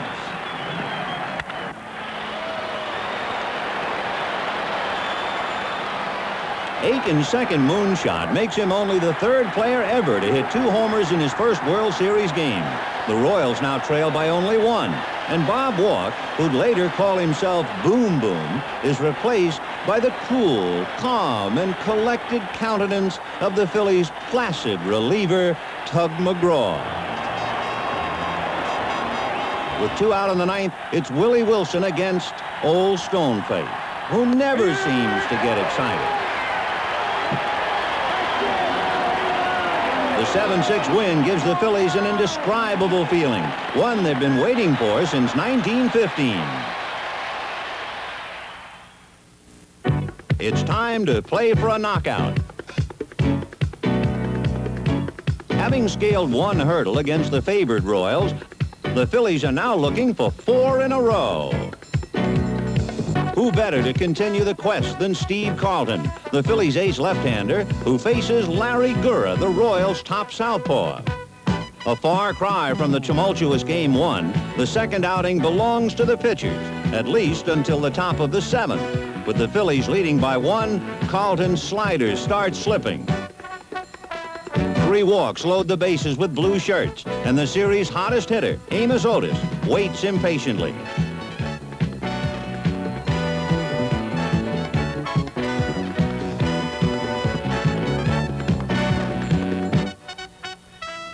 A 2-run double, and for Otis, a series total of 5 hits for a royal flush.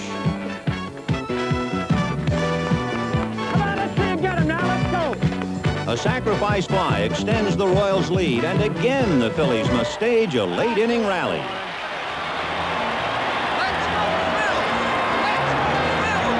But these folks have learned to have faith in these times, thanks to a late-inning healer named Del Unser. The Royals, meanwhile, have their own miracle worker, Dan Quisenberry, who earned 33 saves in 1980 with his famed Atom pitch. But Unser refuses to hit this atom or anywhere near him. Bob Boone rumbles home, cutting the Royals' lead to 4-3 in the 8th.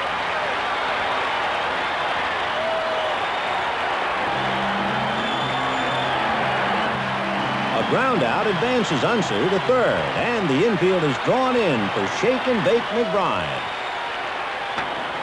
The hero of Game 1 is a hero again.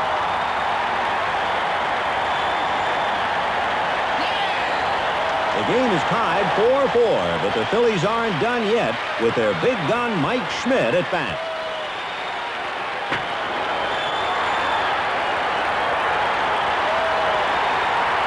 It's one right fielder against another. Save! Save! Save! Once again, the team that wouldn't die saves its best until its backs are against the wall. Another run gives the Phillies a 6-4 8th-inning lead and puts Ron Reed in a position to save it for Steve Carlton. Philly fans just can't wait to move on. Kansas City, here we go. Phillies on the move. Kansas City.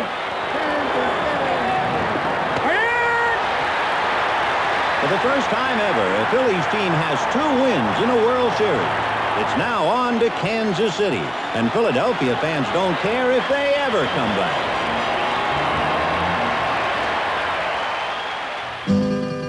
A city of sparkling waters and Midwestern charm, Kansas City's caught the fever because its favorite 12-year-old is coming home. Kansas City fans have waited a lifetime, and now the whole world is watching.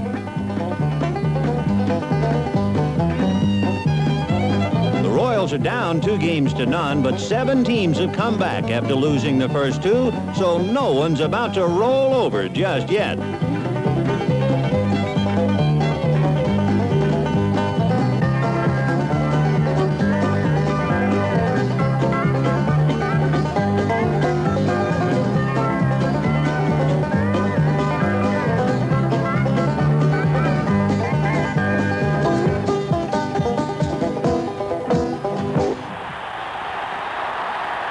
In a glittering World Series premiere, Royal Stadium is a smash. The fun's hardly begun when up steps George Brett in inning 1. It's a huge relief for Royal fans because the most celebrated case of hemorrhoids in recent memory had forced Brett out of Game 2 in the latter innings. With the hopes of all of Kansas City and an operation the day before, the indomitable Brett is back in the lineup. Dick Ruthven, the Phillies' starting pitcher in Game 3, has the unenviable chore of facing the game's best hitter in front of his adoring legions.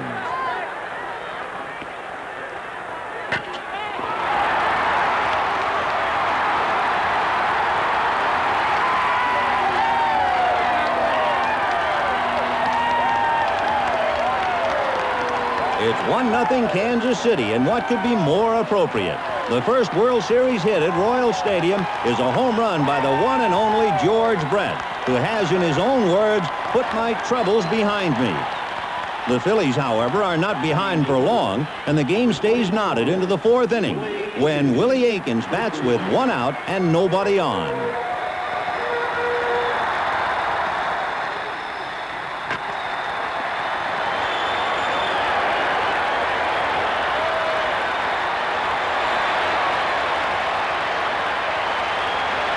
For the first time in his big league career, the mountainous Aikens barrels in with a triple.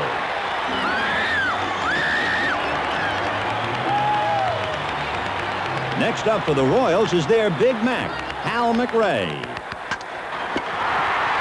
McRae's single scores Aikens and puts Kansas City in the lead 2-1.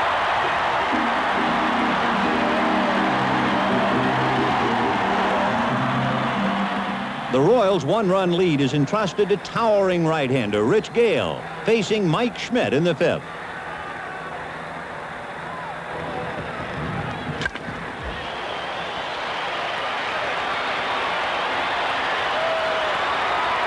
For the first time in 19 career postseason games, Mike Schmidt gets to display his home run trot.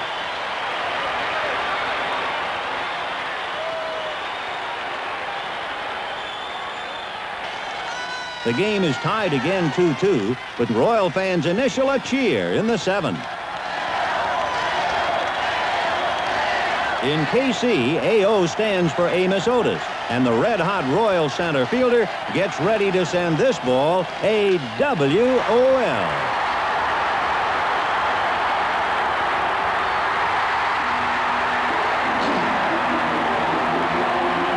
The Royals are back on the top side of the seesaw struggle 3-2, but the Phillies don't stay down for long in anyone's playground. One more comeback in the eighth, and this battle royale heads into extra innings with the Phillies mount a 10th inning threat.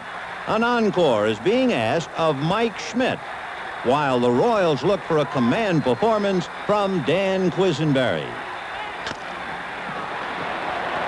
Frank White's masterful double play symbolizes the highs and lows of this relentless series. With the Phillies having stranded a record 15 runners, it's the Royals' turn to mount an offensive on Tug McGraw. Despite a pitch out, Willie Wilson steals second base. After a walk, McGraw pitches to the Royals' cleanup man. Willie Aikens stands in with 2 outs and the potential winning run at second base.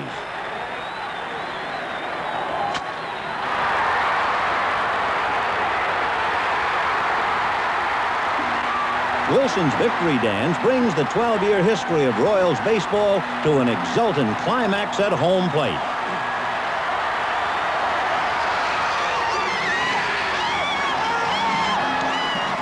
At long last, the Kansas City Royals have won a World Series game.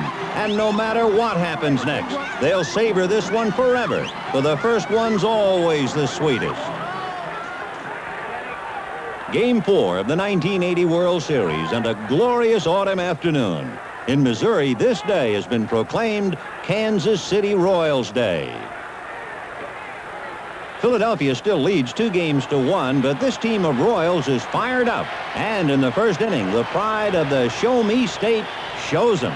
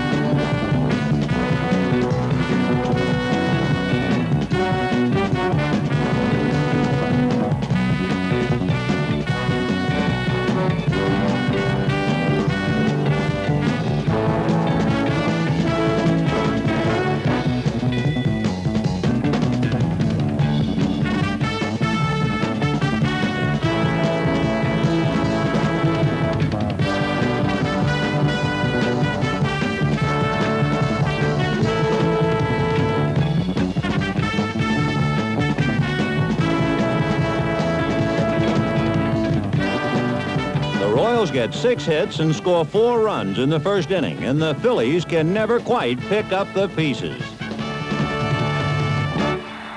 The series is tied at 2 games apiece.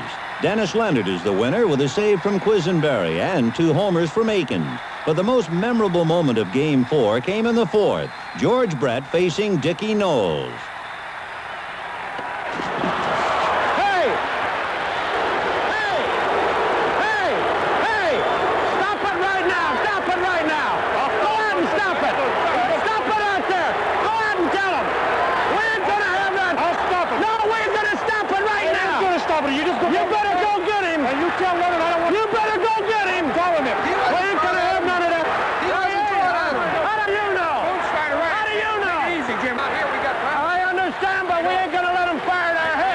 But control you. There ain't no doubt about that pitch, was there? We'll handle it. We'll handle it. Take it easy now, Jim.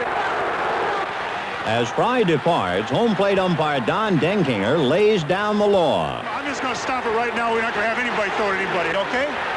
Because if I think you're throwing at somebody, then I'm going to run you, okay? I won't hit nobody. Okay. The message is loud and clear, and Denkinger puts the issue to rest once and for all. Yes. I didn't tell him I thought he was throwing anybody, but I don't want him throwing anybody. If I think he's throwing at somebody intentionally, he's got to go. And same for Dennis, okay?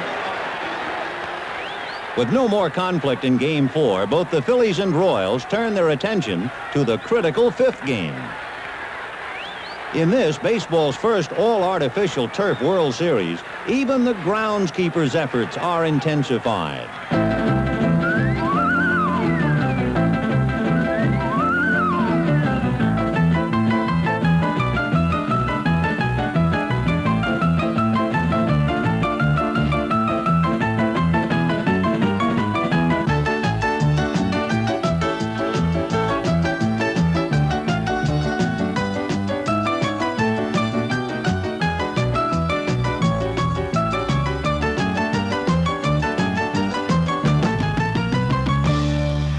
There's always a touch of levity to be found, but now the tension is spiraling for these 2 stubborn ball clubs. Game 5 ceremonial first ball thrown out by Bryce Durbin, representing the 500,000 athletes in the National Federation of High School Athletic Associations. The real first ball will be thrown by Larry Gura, who's already turned in a commendable performance in Game 2. After a scoreless first 3 innings, Bake McBride bats with 1 out in the 4th.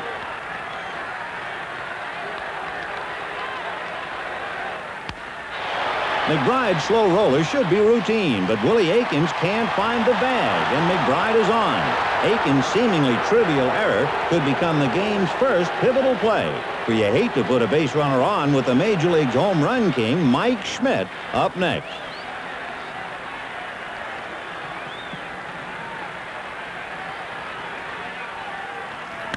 An outside fastball is sent out, way out, and there'll be no carom on this one. The Phillies go ahead 2-0, and Schmidt's second home run of the World Series thrust the Royals into the role of playing comeback.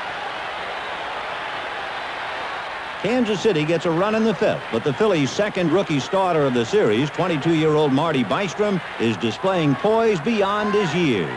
Now in the 6th, Amos Otis takes aim.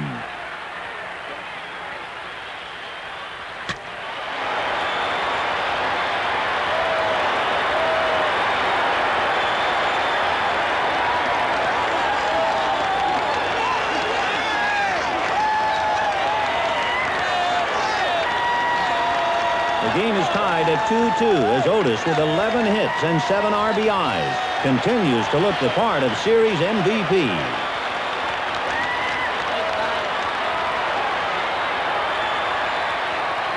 Two more hits and Bystrom walking. Ron Reed relieves, and the Royals go ahead by a run. Now, Darrell Porter's at first, and Willie Wilson connects. From the crack of the bat, Porter's got home plate fever. But so does the Philadelphia tandem of McBride and Trio.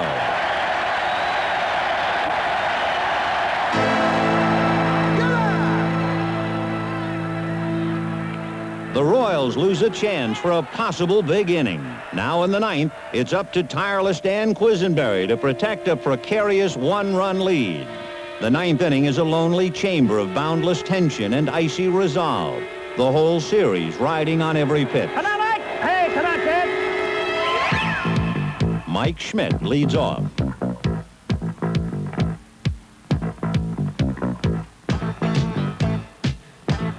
Brett, who'd been playing more shallow than usual, is a forlorn figure, and Schmidt is the potential tying run. Up steps pinch hitter Del Unser.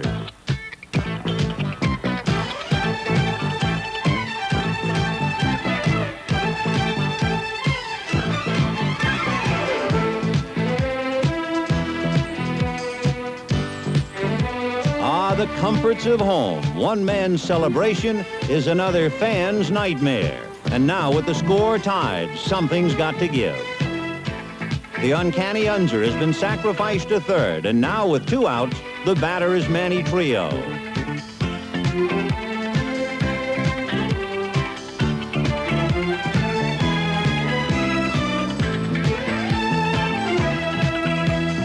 Unser's run puts the Phillies ahead, and this rollicking band of Never Say Die Phillies has done it again.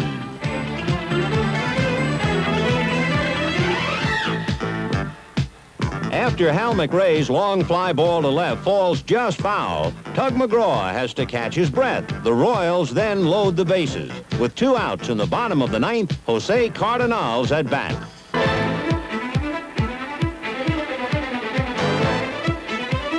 The count is 1 ball and 2 strikes.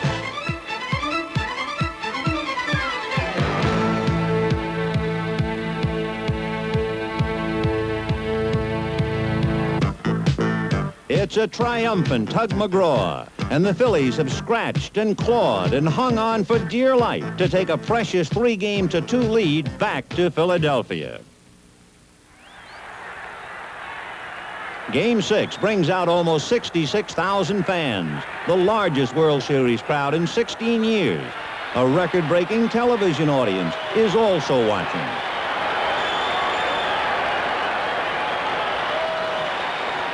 Getting things underway is Tony Taylor, a Philly infielder for so many of the lean years. But these are the halcyon days of lefty Carlton and lofty ambition.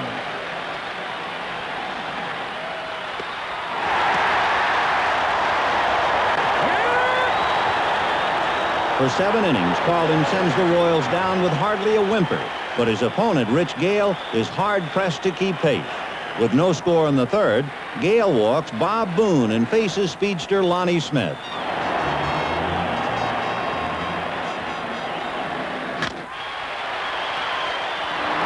Surprisingly, the call is safe. The old in-the-neighborhood play fails to impress umpire Bill Kunkel. The Phillies have 2 on with no outs. A throwing error is charged to Frank White, and the KC skipper is flying. Come on, Bill! What's going on, Bill? Pull him off. The ball didn't pull him off nothing. Come on, Bill! What's going on, for crying out loud? It's just the first play. He's not doing anything, for crying out loud. How can you call a play like that? How can you call a play like that, Bill? Come on, Bill. How can you do that? There was no play. Come on, Bill. You don't see that twice a year, Bill. Put the ball right here. Come on, for crying out loud. The futility of Fry's mission becomes apparent, and the manager addresses himself to an ally. He's going to bunt for sure. We'll have to play with 2 charges. With Boone at second and Smith at first, Fry has put his infielders in motion to combat a sacrifice bunt. Pete Rose is the man in the middle of all this as the game assumes the look of strategic warfare. Will Rose bunt or not? With Brett charging, Rose fakes and takes a ball, and with the count 3-1, Fry sends his infielders back. Noticing the change in defensive strategy, Rose lays down a gorgeous bunt, and George Brett is playing too deep to make the play.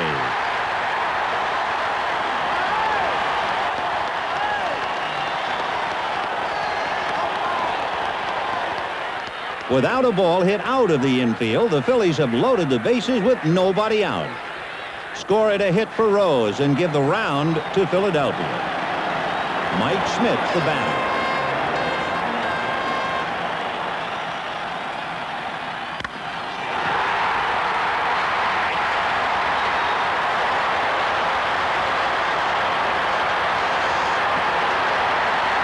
The Phillies go up 2-0 thanks to the clutch swinging Schmidt.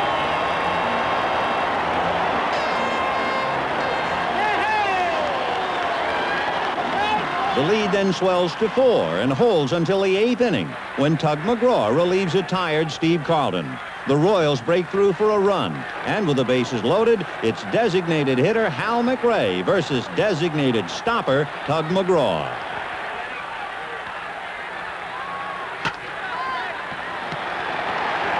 The Phillies have come out of the 8th inning alive and still well from another heart pounder.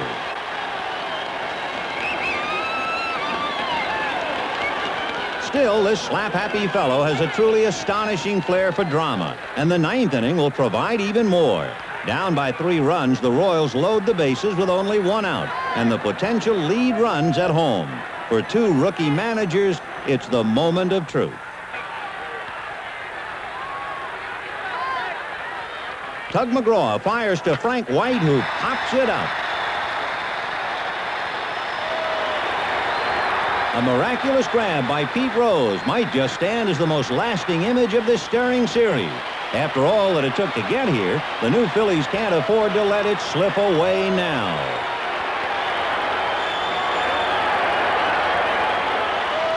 It goes in the books as out number 2.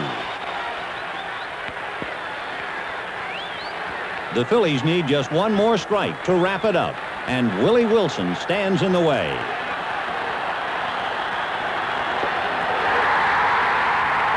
At 11:29 p.m., October 21st, 1980, the ghosts of Phillies past are finally laid to rest. The team that couldn't win the big one has taken the ultimate, and the fans who never had a champion have a World Series winner. It was 98 years in coming, but as any Philadelphia fan will tell you, it was well worth the wait.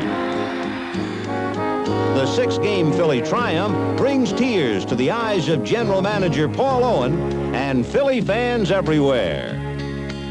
In looking back at the 1980 World Series, there were heroes galore.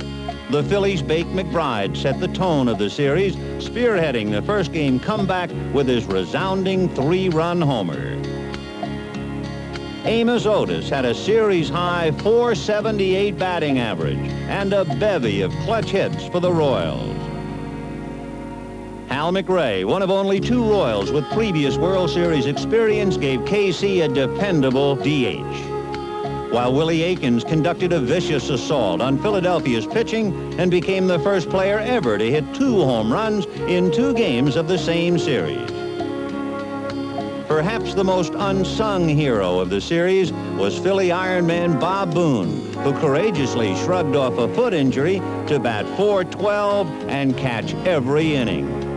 Shortstop Larry Boa triggered a World Series record 7 double plays and led the Phillies in both base hits and stolen bases while adding a boyish enthusiasm.